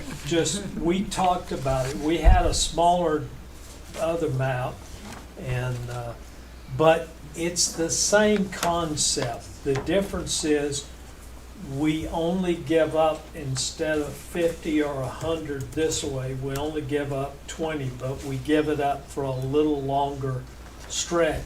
The other thing is he will build a fence, he said, and So- take care of that. So we're giving up that section with So the this, checkered line. this strip is the strip that is just, it's all that brush, but it Mhm. also, will still have a little bit right here, so it won't intrude on the park. Before, it was gonna be like a 50 by 100 piece, you know, that Okay. green spot, have you been out there?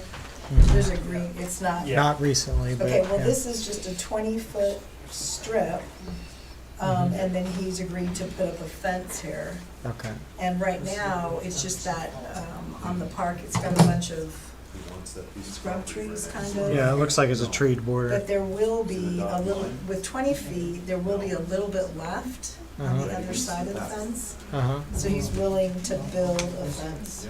And So- then, so and then what- we pick up what? We don't pay taxes on this property? You pick up, No. No. so this piece, what he's proposed is that you're picking up, They'll have to. He will pay taxes on it. So is, what are you going to be building on the property? the property right now is in the county. But if you're going to build on that property, what are you going to build? Right now, it can only be one residence. One residence? Yeah. Okay. So Do- it's, My comment is that, you know, I'm not a fence guy next to a park if I can keep away from that. Yeah.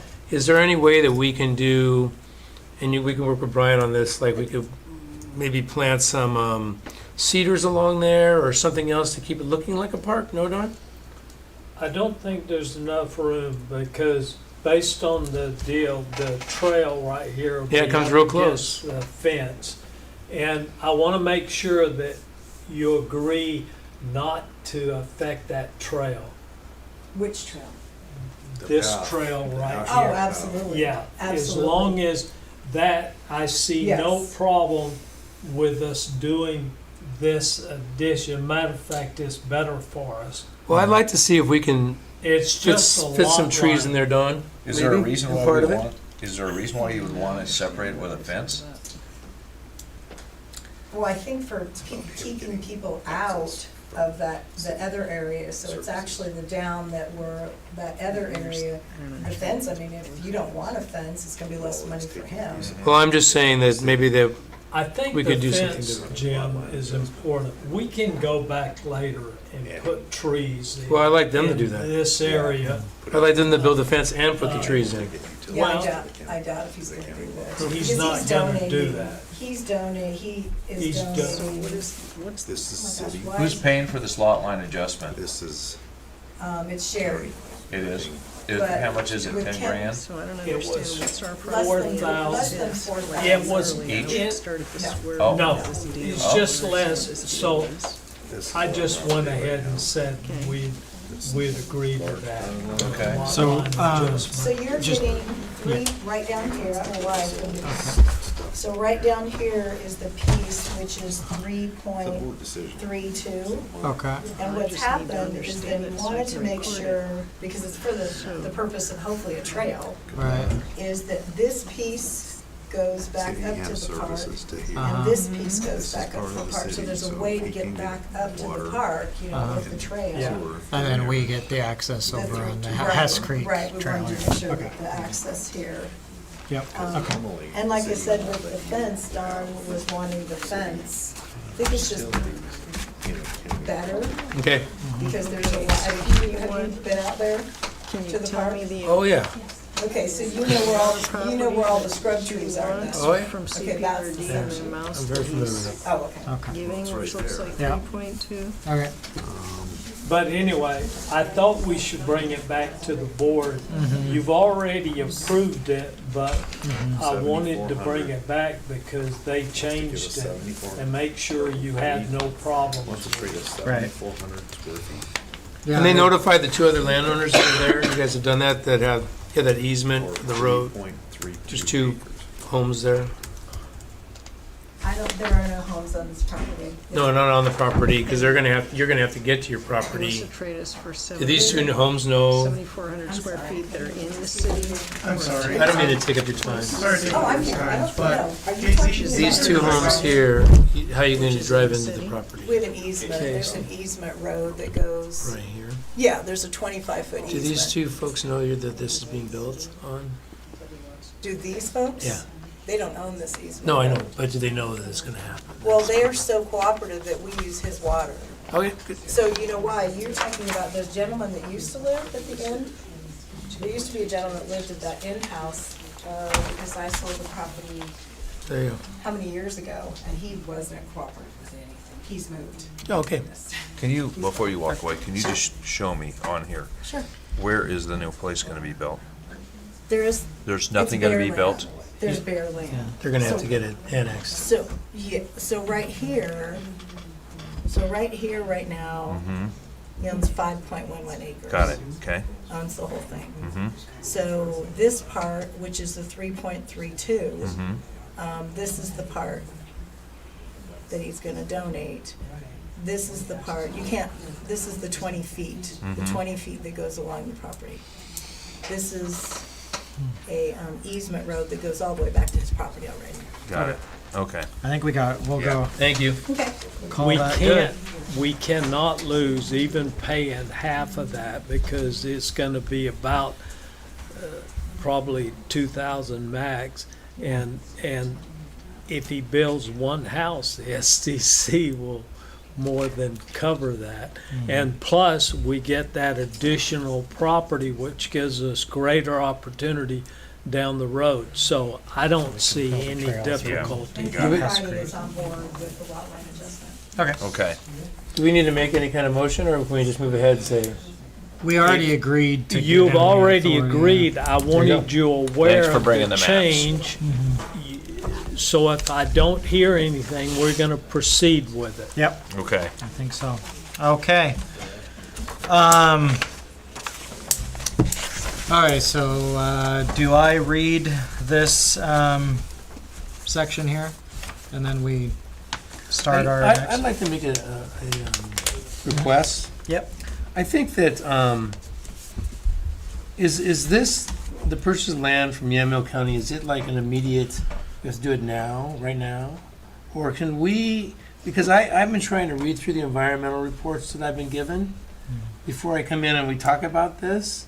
Is this something that we need to talk about tonight, or can we move it to the next board meeting? Because I just got the letter from them, and there were several things on there, not just the purchase of that property.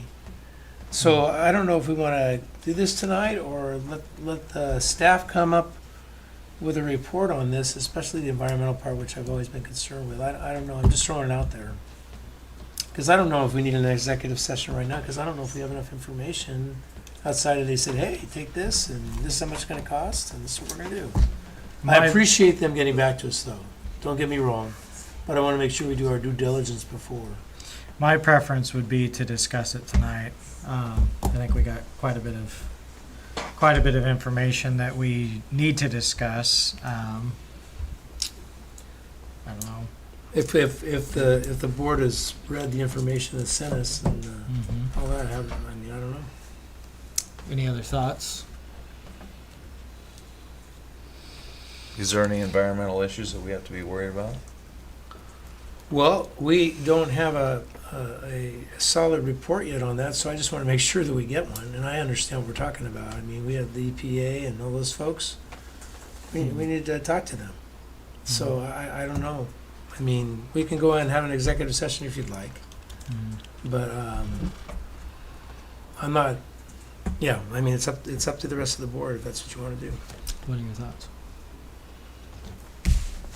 I'm good with it either way. I could. if we wanna do more research, that's fine. If we wanna get it done because we feel like we got what we need, that's, Well, it's not necessarily getting it done, but it's discussing the offer and then how we want to address it. It is a just real, the environmental, I mean, I guess it does. that's affect- part of it, but it's But we still not, have to address how we wanna make the offer. or what we want to do with it, yeah. Dawn, what's your opinion about the offer or what we want to do there? So No.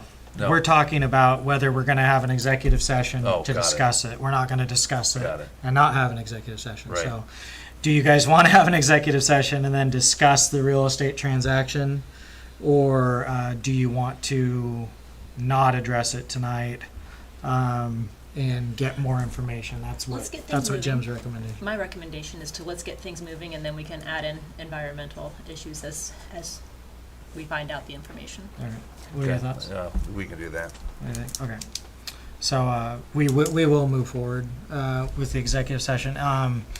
What do I need to do specifically to just read out this? You just go in the executive session.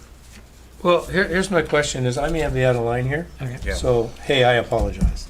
Yeah. But there's some other stuff on this agenda. Do we want to hold all the staff and everyone here for all that time we were in there talking, or do we want to maybe move to the end? I'm just making a suggestion. Now we have to have it in the action items Okay. section, or else it's not considered appropriate in an executive session. So. Okay. So, where we do we have the plans? Do we move into your office, Don, or do we do it here? Yeah, we'll go to my office. Okay, so per ORS 192.6602E, to conduct deliberations with the designee on real property transaction negotiations per the same ORS, and to consider information or records that are exempt by law from public inspection, we are entering an executive session. We'll be going into another room, and then we will come out once completed. You don't have to stay if you don't want to, but if you really enjoy us, please stay. Be awesome. Okay.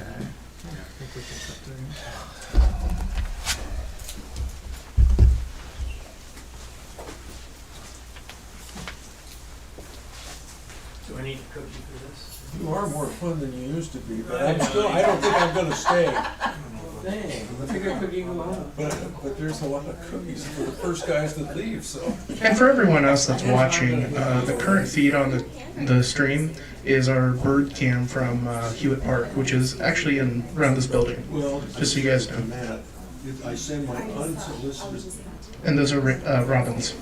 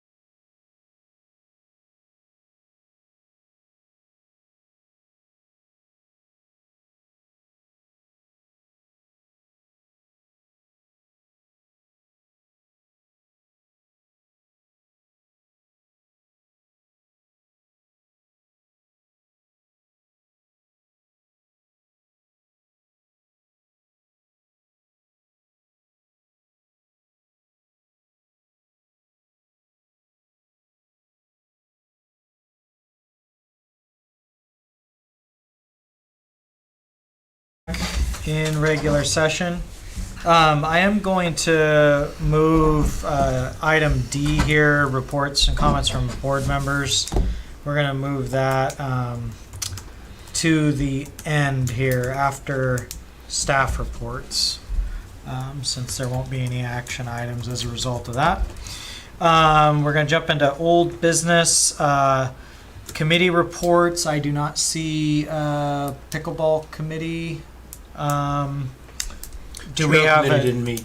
no trail? Okay, that was my next question. Okay, no trail committee meeting. I did meet with Quentin, and he's working on potentially working on different dates where everyone can get back together, so the trail committee Yeah, can. and I have was a- going to suggest that the fellow that was here tonight, I really appreciated him making the presentation. Bob, yeah. That he meets with the trail committee and they get together and. I was thinking about that. Yeah. Alright. Okay. I'll note that. Okay. Update on paddle launch. Who wanted to take? You got that? Okay. So, I met with the owner, and she has a lot on her plate right now. She's not against looking at it in the near future, but at this point, she's got some other things that are more pressing for her before she talks to us about that property. So I'm going to meet with her. So it's going to be a long process. I told her I would be back. I didn't want to press her, but I told her I would be back in 6 months to discuss it with her again. So that's kind of where we're at. So it wasn't like, Jim, get out of the room. I don't want to talk to you anymore, and I don't want to talk to the park district. That wasn't it at all. It's that she just has a lot of other properties she's dealing with too, and that's kind of where she's at. Okay. So it's looking like it could be a possibility. It's a possibility, Okay. but I'm not going to say that for sure it'll happen. But Okay. and I emphasized to her, she's one of the things that she did say is that one of the reasons they shut it down is because the police had to come down there so often in the past, and not so much when we were running the paddle launch during that time, but the gate was left open, and so there was all that. So I told her anything like that we can work out. I talked about a lease a little bit and things like that. But I think that right now, let's just work with it. Okay. Okay. Good news. Okay, we have updates on a number of things. I don't know who's going to take that. Sanders State, Rennie. so on Why and so don't forth. we just, if the board has any questions?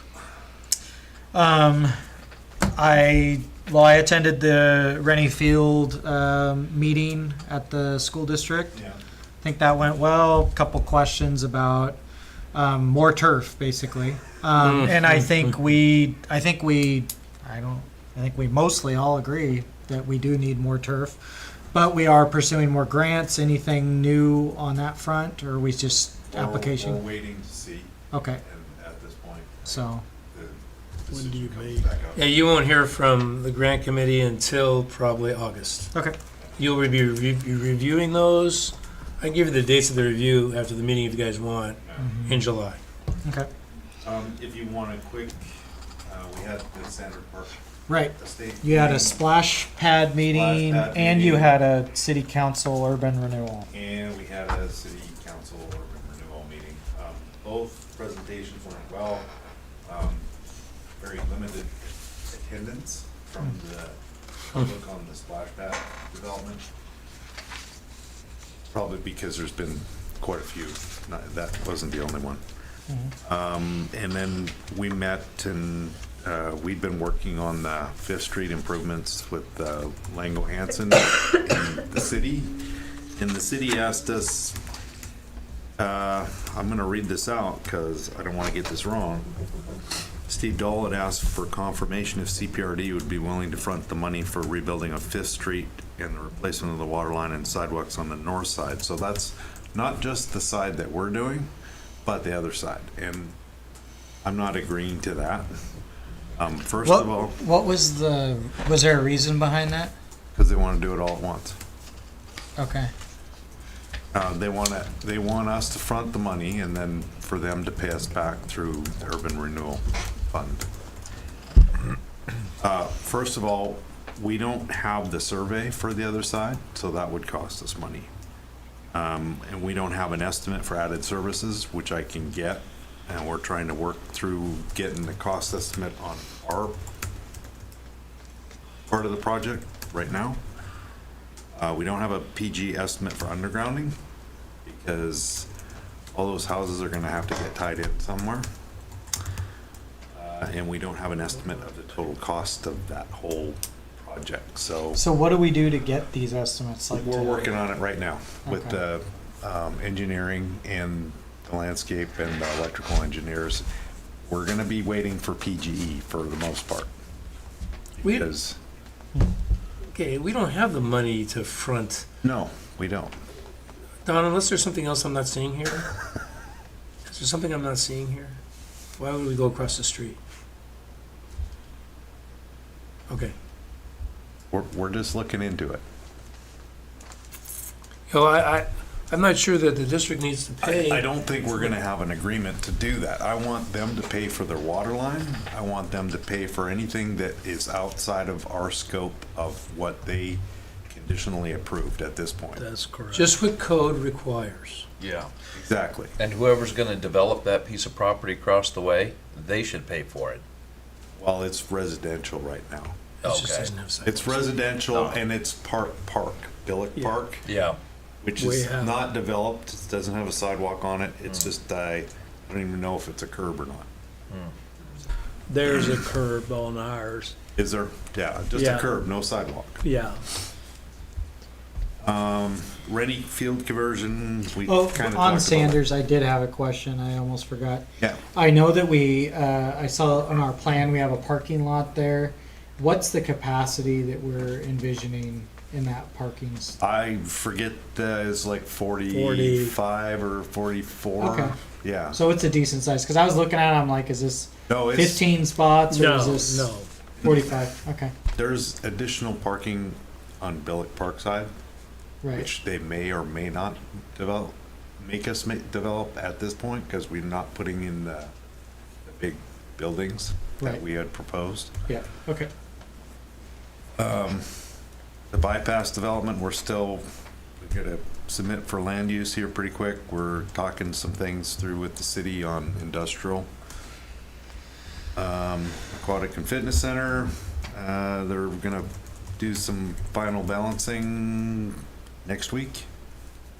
And we'll see what goes from there, and we'll see what the engineer review turns up. Heritage Trails, land use, that's continuing. It's discussions with the county and some other DLCD and city. Crabtree Park, I don't know where that is right now, so. One of the things I saw that you had on here was the cultural center, and they're going to have their grand opening on September 7th. So if you want to put that on your calendar, Saturday, September 7th. But I did walk through it. Sean invited me after my Rotary Club meeting, and I walked through the upstairs, and it's going to look really nice. I mean, it's going to be a really nice asset for the community. I don't know where the sidewalks stand on that and how we're moving on that, but I would like to point out, I walk by there every day. All the sidewalks, all around the cultural center has been done by the city. The only thing not done is our sidewalks. So I just want to point that out. you know how I feel City- about the whole thing. It's like Well, we put the them in city twice. must have paid for all the other, but they left it to us to pay for that, 3 times. which by law, we've got to do to develop that, which we'll do. But I just wanted to point that out. Will we be invited to this grand opening? I would assume so. I just Oh, Yeah, yeah. I'm just absolutely, you own the building, Oh, or cool. you are in charge of that building, so. asking. Yeah, he was just talking to me. He said, "Oh, that's what I'm going to do." Okay. So- Cool. That's about it for now. Okay. But Well, we'll jump into superintendent's report. The only thing, I did have to change the budget calendar by one day. When I did the budget calendar, we said Wednesday they would publish. They changed their publish date to Thursday. It doesn't affect anything. It still meets the law, but I just wanted to make you aware that there was a change there, but it doesn't really affect anything because we're well within the kind guidelines. So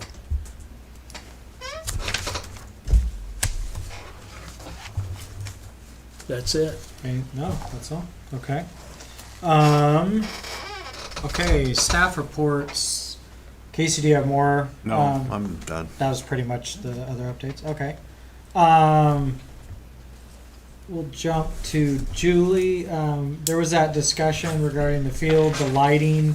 Is there a, do we have the ability to have lighting in the areas that he was referring to, or is it no electricity there? Is there a reason, historical? So we're just kind of talking about that. The football program, obviously football's a fall sport, so about October 15th, lights do become an issue.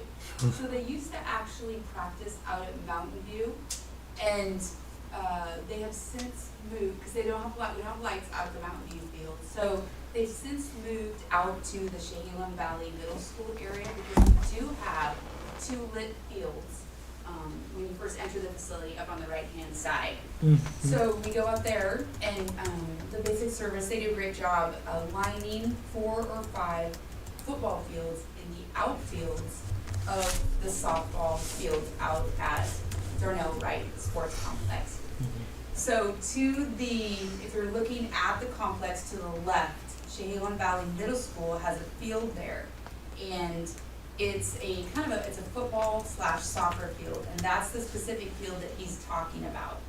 Now, Dawn, I want to ask you, we own that field, don't we? We own the field. We let the school district, they're supposed to maintain it, but they don't. They're responsible for maintaining it. But we can. So right now, we have 550 spring youth soccer players, and that is where they are playing games during the week. And so that field is getting a lot of use right now, and because of the weather too, from the winter, there are voles out there, and so basic service went out there last week and filled some of those holes. But we were just talking about how we could work together to do some things to improve that field.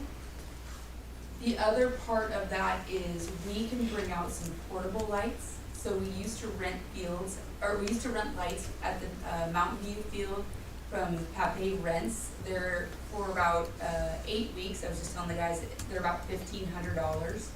And so that's something that we can do for them. In 2017, Mark Martin, who was my predecessor, he went to, it was TLT money, right? Through the city? Yeah.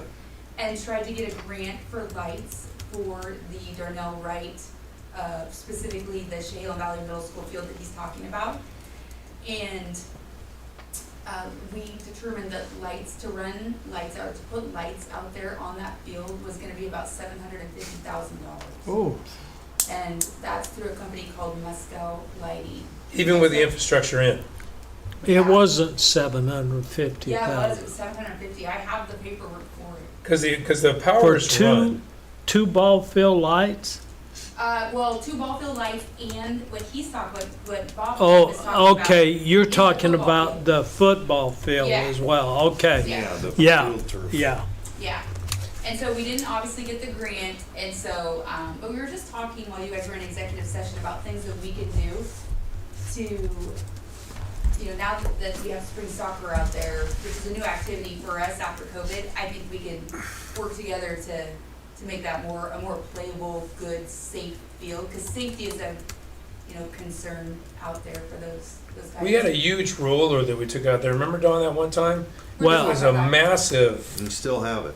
No, you didn't have it. We brought it in. This is massive. We go rent a roller, just at the, like a road asphalt roller. It was almost as big as this room. But probably get rid of those moles and stuff. We've got bills to prove we're working on that. It's moles, yeah.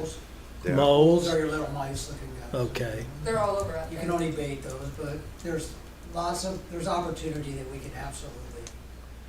Does the grass get really tall out there? No. It doesn't? It's No, more we the- mow the it down surface is never two really and a half inches. Okay. Just for transparency, the ruler I was talking about, Casey, is not your regular asphalt ruler we brought out. I'll talk to you about it later. So I told Bob I'd call him tomorrow and talk to him a little bit about that, but Bob Lamb is just exactly what you want a youth coach to be. He's a fantastic mentor for the youth kids, and so we really want to support him, and so we're just talking about that. And also Rennie's gonna be fantastic. You know, So he's at field. Rennie will take a lot of the burden off of some of these fields that are difficult to maintain. right? Particularly in the spring. Right. But for, yeah, absolutely. I mean, we'll have lights out there. It's gonna be just perfect. Cool. So, good guy. Really quick, I just wanna tell you guys, we start markets, Wednesday market, if you guys are interested in heading downtown. We, partner with the Newburgh Downtown Coalition. When we first took that over many years ago from Mr. Ragsdale, and the city, there were like 8 to 12 maybe vendors out there. And we have over 100 that are going, or that have signed up. Really? And we Wow. only have room down there for 65 to 70. And so, we have had to wait list, some of those vendors, which is unfortunate, but we're working with them. But that is tremendous, and that is, kudos to Erin Harrington, who's our market manager. She's doing a fantastic job. If you wanna go down there, please do. It's really a fun atmosphere. From 4 to 8 PM every Wednesday, starting, next Wednesday through the rest of the summer. It's really fun. Are we still going to be running a booth there? We have a booth that just is a kind of informational booth, but we do the setup, and we work with the Downtown Coalition to get that all going. But we can hand out flyers and any kind of informational, packets. Can I hand these out? Huh? Yeah. These new ones? Yeah, These are kind of cool. absolutely. Really quick too, we had the Camellia Run on Saturday, April 13th, and we had 609 runners in the 5K and the 10K. Really great success, really fun, great atmosphere down there. Thanks to Brian, he furnishes up with, we give each participant a shirt and then a 1-gallon potted camellia, and that was great. Really, really fun event. Easter egg hunts, we had one out at Dundee Park, and we have one at Jaquith, and we gave out 12,000 eggs this year. So that's really neat, really something to be proud of. Care's going well, preschool, pre-K, recreation, sports. We just finished our adult basketball league. CPRD lost in the final game, but that was last night. Youth sports, I mentioned we have 550 soccer players. We have about 88 kids in lacrosse and 85 kids in track, so that's great. Gales, I think you have 3 3 in our lacrosse program. So And they love it. That's been great. Aquatic revenue, there is $1,143,000 for the year. We have a couple months to go, so they're gonna surpass their budget, projected revenue this year, which is great. And then the senior center, I just wanted to mention that we offer free tax preparation for our seniors, and that went great this year. And also, I noticed this morning, Fox 12, the news station, was, they had a little article on the people that saved Mr. Liam's life. Yeah, so 2 of our employees Nice. were on Fox 12, that they were honored by TVFNR. In addition to the city of Newburgh, they received the Hometown Hero Award, but just wanted to acknowledge them. It was really neat to see them on TV. Their parade continues for them. That's it for me. Okay, Brian, what you got? Nothing's in the report, but the community center, the new roof is on there. The new ceiling has been installed. They're Good. texturing that tomorrow. And the gutters go on, and then that will be done.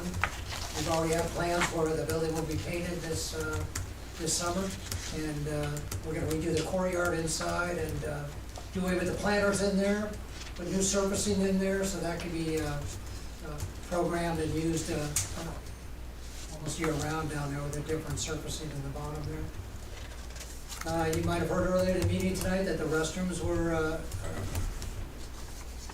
I hate to say dilapidated, but the restrooms that were in dire need at the clubhouse at the golf course were upgraded within budget, and a lot of positive feedback on that from what I've heard from clientele going down there. Yeah, I'm gonna step in there with you, Brian, because that was something, I don't want any blame put on you, those new bathrooms for them, because I asked, Well this, needed, you know, so- I asked that because they were so overused since it was built, that I'm kind of a restroom guy, because I had to clean them before too, and it was bad, so we needed to clean them up, and I don't think that costs a lot of money, so I appreciate you guys doing that. It's part of maintenance. Yeah, I mean, it just needed to be done, and it looks great, and super, sorry. Other than that, mowing like crazy, trying to keep the parks up in shape, and I think everybody's doing a good job with that. There's more usage on the trails and parks than ever before, so it's a blast, a lot of people out there. You big guy? Not much. It's kind of felt like summer the last couple weeks, so we've been very busy and just mainly trying to get prepared for summer staffing. Starting to ramp up on that, so we're ready to go here very soon as we get going into tournament season, and our Tuesday evening league starts in a couple weeks, so that's we have a lot of participants in that, so that's a great program, and yeah, just going quick.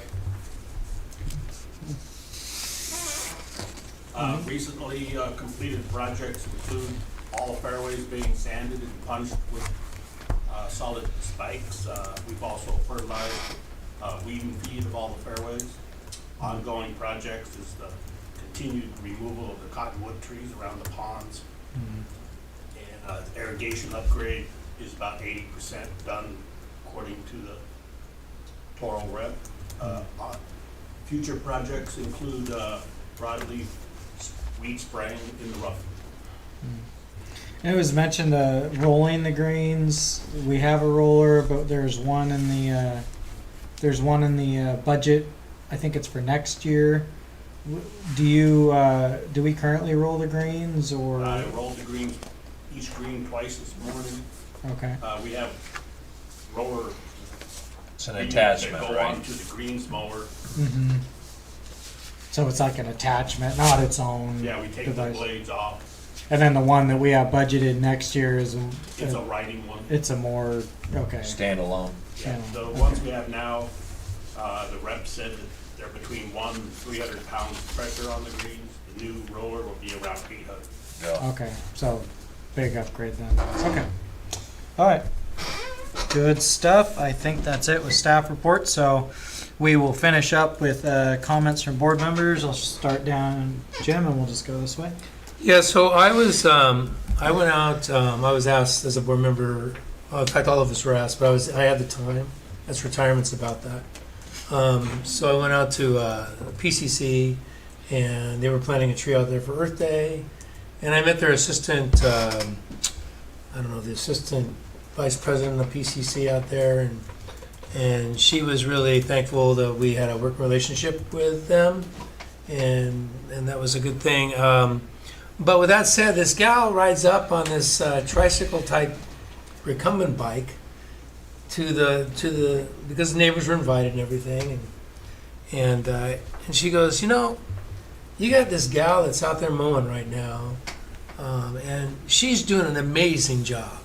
I mean, we've had people mow there before, and they wouldn't pick up stuff, and they'd run over cans and everything like that. But this gal gets off her mower, and she picks up those cans, and all this. So it was really good to see that, our employees are appreciated, and the public sees them out there. So I think, is that Kylie out there that's doing that? So anyway, that was really cool to hear from the public. So anyway, that's all I got today. Bob Travers has been in here several times talking about wanting to support staff and and us in building a new clubhouse. And you know what? I would like to make a motion that we go ahead and let them form a steering committee to help us with deciding where we want to go with a clubhouse. And I don't know what you guys' thoughts are on that, but Is your motion for like an official ad hoc committee? Is that what you're? yeah, just Because exactly they'd what have to he's follow the asking rules for that we here. have for those committees. Yeah, as long as, which I think they should. And then you're volunteering yourself as a as the Liaison. board member liaison for this committee. I will do that, yes. Yes, I will. Okay. Somewhere in all my life, I'm gonna figure out where I've got time to do that. Right. Well, I know that was the request. The prior golf committee is no more, so I think there's value in having a committee process. I am wondering if this is specific to just the clubhouse. I don't know. Is in Jim, in your experience, is it normal to have a committee specific to just one part of a project, or should it be more broad than that, or because this would be new territory for me? Well, the only thing with committees is that a lot of times they don't feel, because things don't move as fast, they get, and we've seen this already, they get super frustrated, and then they just, it doesn't work out. And so, yeah, I mean, with the pool had a committee that was very, very active in advertising the community and finding some alternative funding, and they created their own 501c3, and they went after it and got it.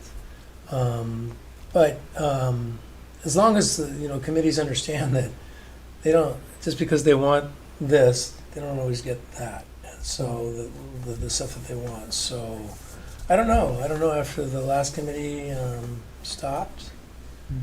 I'm not sure, but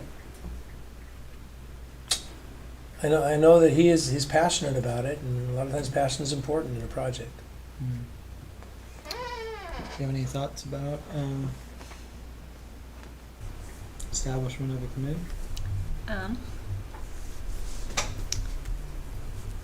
I kind of would just say what Jim just said, that, well, I agree that committees are important. We do need a committee.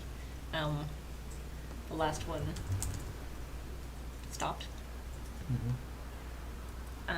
There's a little bit of overlap, I think. But, I mean, we need a committee. And these guys want it. And this committee, this steering committee, this only talks about the clubhouse. It does not talk about the golf course. So do you think that's a good thing or a bad thing? Well, I think it should be all encompassing, but I understand what they want to do. They want to. Well, I guess the problem I have is clubhouse is likely going to be coupled with a third nine, so that would probably mean a committee would have to address both those things, because especially if we're looking at a business plan with both those things together. So perhaps it would be called Golf Course New Development Committee, something like that. I don't know. The one thing is that I think that it's important that you get a wide breadth of different experiences on those committees, and someone with a lot of financial background. So I think we interviewed and looked at the folks that were members of committees in the past. Isn't that the case? So I think that we would need to do the same we thing. have an official application. That we would have to form do and the same process. thing here. Yeah. Because I'd like to see not just people that have experience out there, either in the golfing community, in the business community, that can really look at this hard, that's on that committee, that can bring us back. But I understand their passion, but I think they have to go through the whole process. Well, and I think that Bob laid out the different positions that they had, the backgrounds that they had, and I think they actually met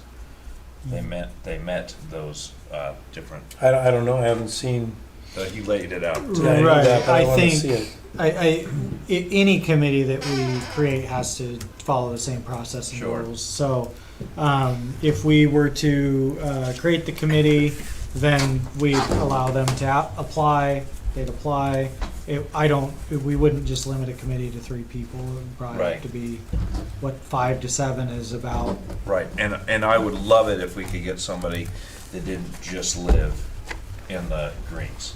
Yeah. So that would be nice. Well, maybe you can submit to them the requirements it takes to form the new committee and what they would have to meet, including public. They have to do the whole Zoom thing and everything with the public.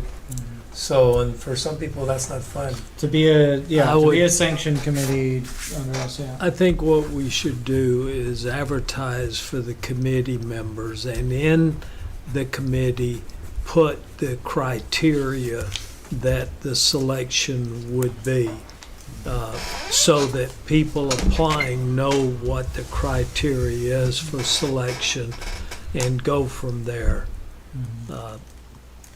So what we'll do, with you guys' permission, at the next board meeting, we'll have an example, or put the criteria. We'll go through this and listen and put the criteria and have it ready to go for your approval at the next board meeting.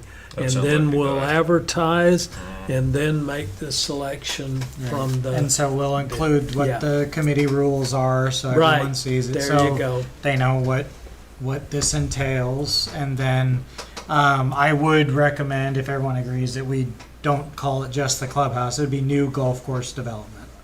Because I think that includes Can you give more. Bob Travers a heads up? That's what we're doing. Yeah. Just in case he's Yeah, not staying I up can as do late that. as we are. Okay. Okay. Okay. I have nothing to share. I just have one comment for staff. My kids did tennis camp a couple of years ago, and we had not been back to Jakewith since. And we went, and there's a huge improvement. Jakewith looks good. Yeah. Nice work, guys. I lied. I'm gonna parrot what you said. I was down there hitting, and Brian was working away, and it's just it's a jungle out there in the spring. It grows so fast, the weeds, everything, the ditch, and they were getting after it, and the new paths are great. The tennis courts were all clean. The ball was actually bouncing, which was nice. So, as opposed to just kind of sliding around in the dust and the dirt. So, yeah, Jakewith is looking good, and a lot of people are excited about what we've budgeted for with the improvements there. So, a lot of excitement at Jakewith Park. And that's all I got. And Brian has a question. Can I make a quick comment? Yeah. Just totally backtracking. Terry was here, Terry Stenick, of the property. Mhm. I'd feel bad if I don't mention this, and I don't know if a board member have to mention this as you're going in there. Ironically, I had just been called out by a couple citizens that helped build Friends Park out there, Mhm. and they kind of monitor that thing. They are like the grandparents of that thing. They were huge in development of that park. And their concern was they watched what has been, the gentleman's been doing, that's been developing out there. And they're very frustrated with their buffer and their barrier around the park. Mhm. It disappearing. And we had actually come up with a planting plan, and I have plants that we have at our grow operation that we were gonna recreate the buffer that he had taken away at the bypass side out there. And then there's big chunks exactly where he wants to put the fence. So I just want to let you know that they're going to be very concerned and frustrated if they see that all go away and a fence go up there right up to where the path is, for what that's worth. I want to let you know that the community has already expressed concern. Is your opinion that there shouldn't be a fence there, that we should try to make it more natural? I would absolutely agree with that, Yeah. and or both.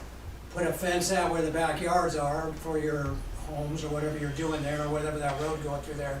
Leaving enough buffer. I don't know what the zoning restriction is or what he has to create to do that. If possible, and then have a natural, like Jim was alluding to, with our leaving cypress or whatever, or putting natives back in there.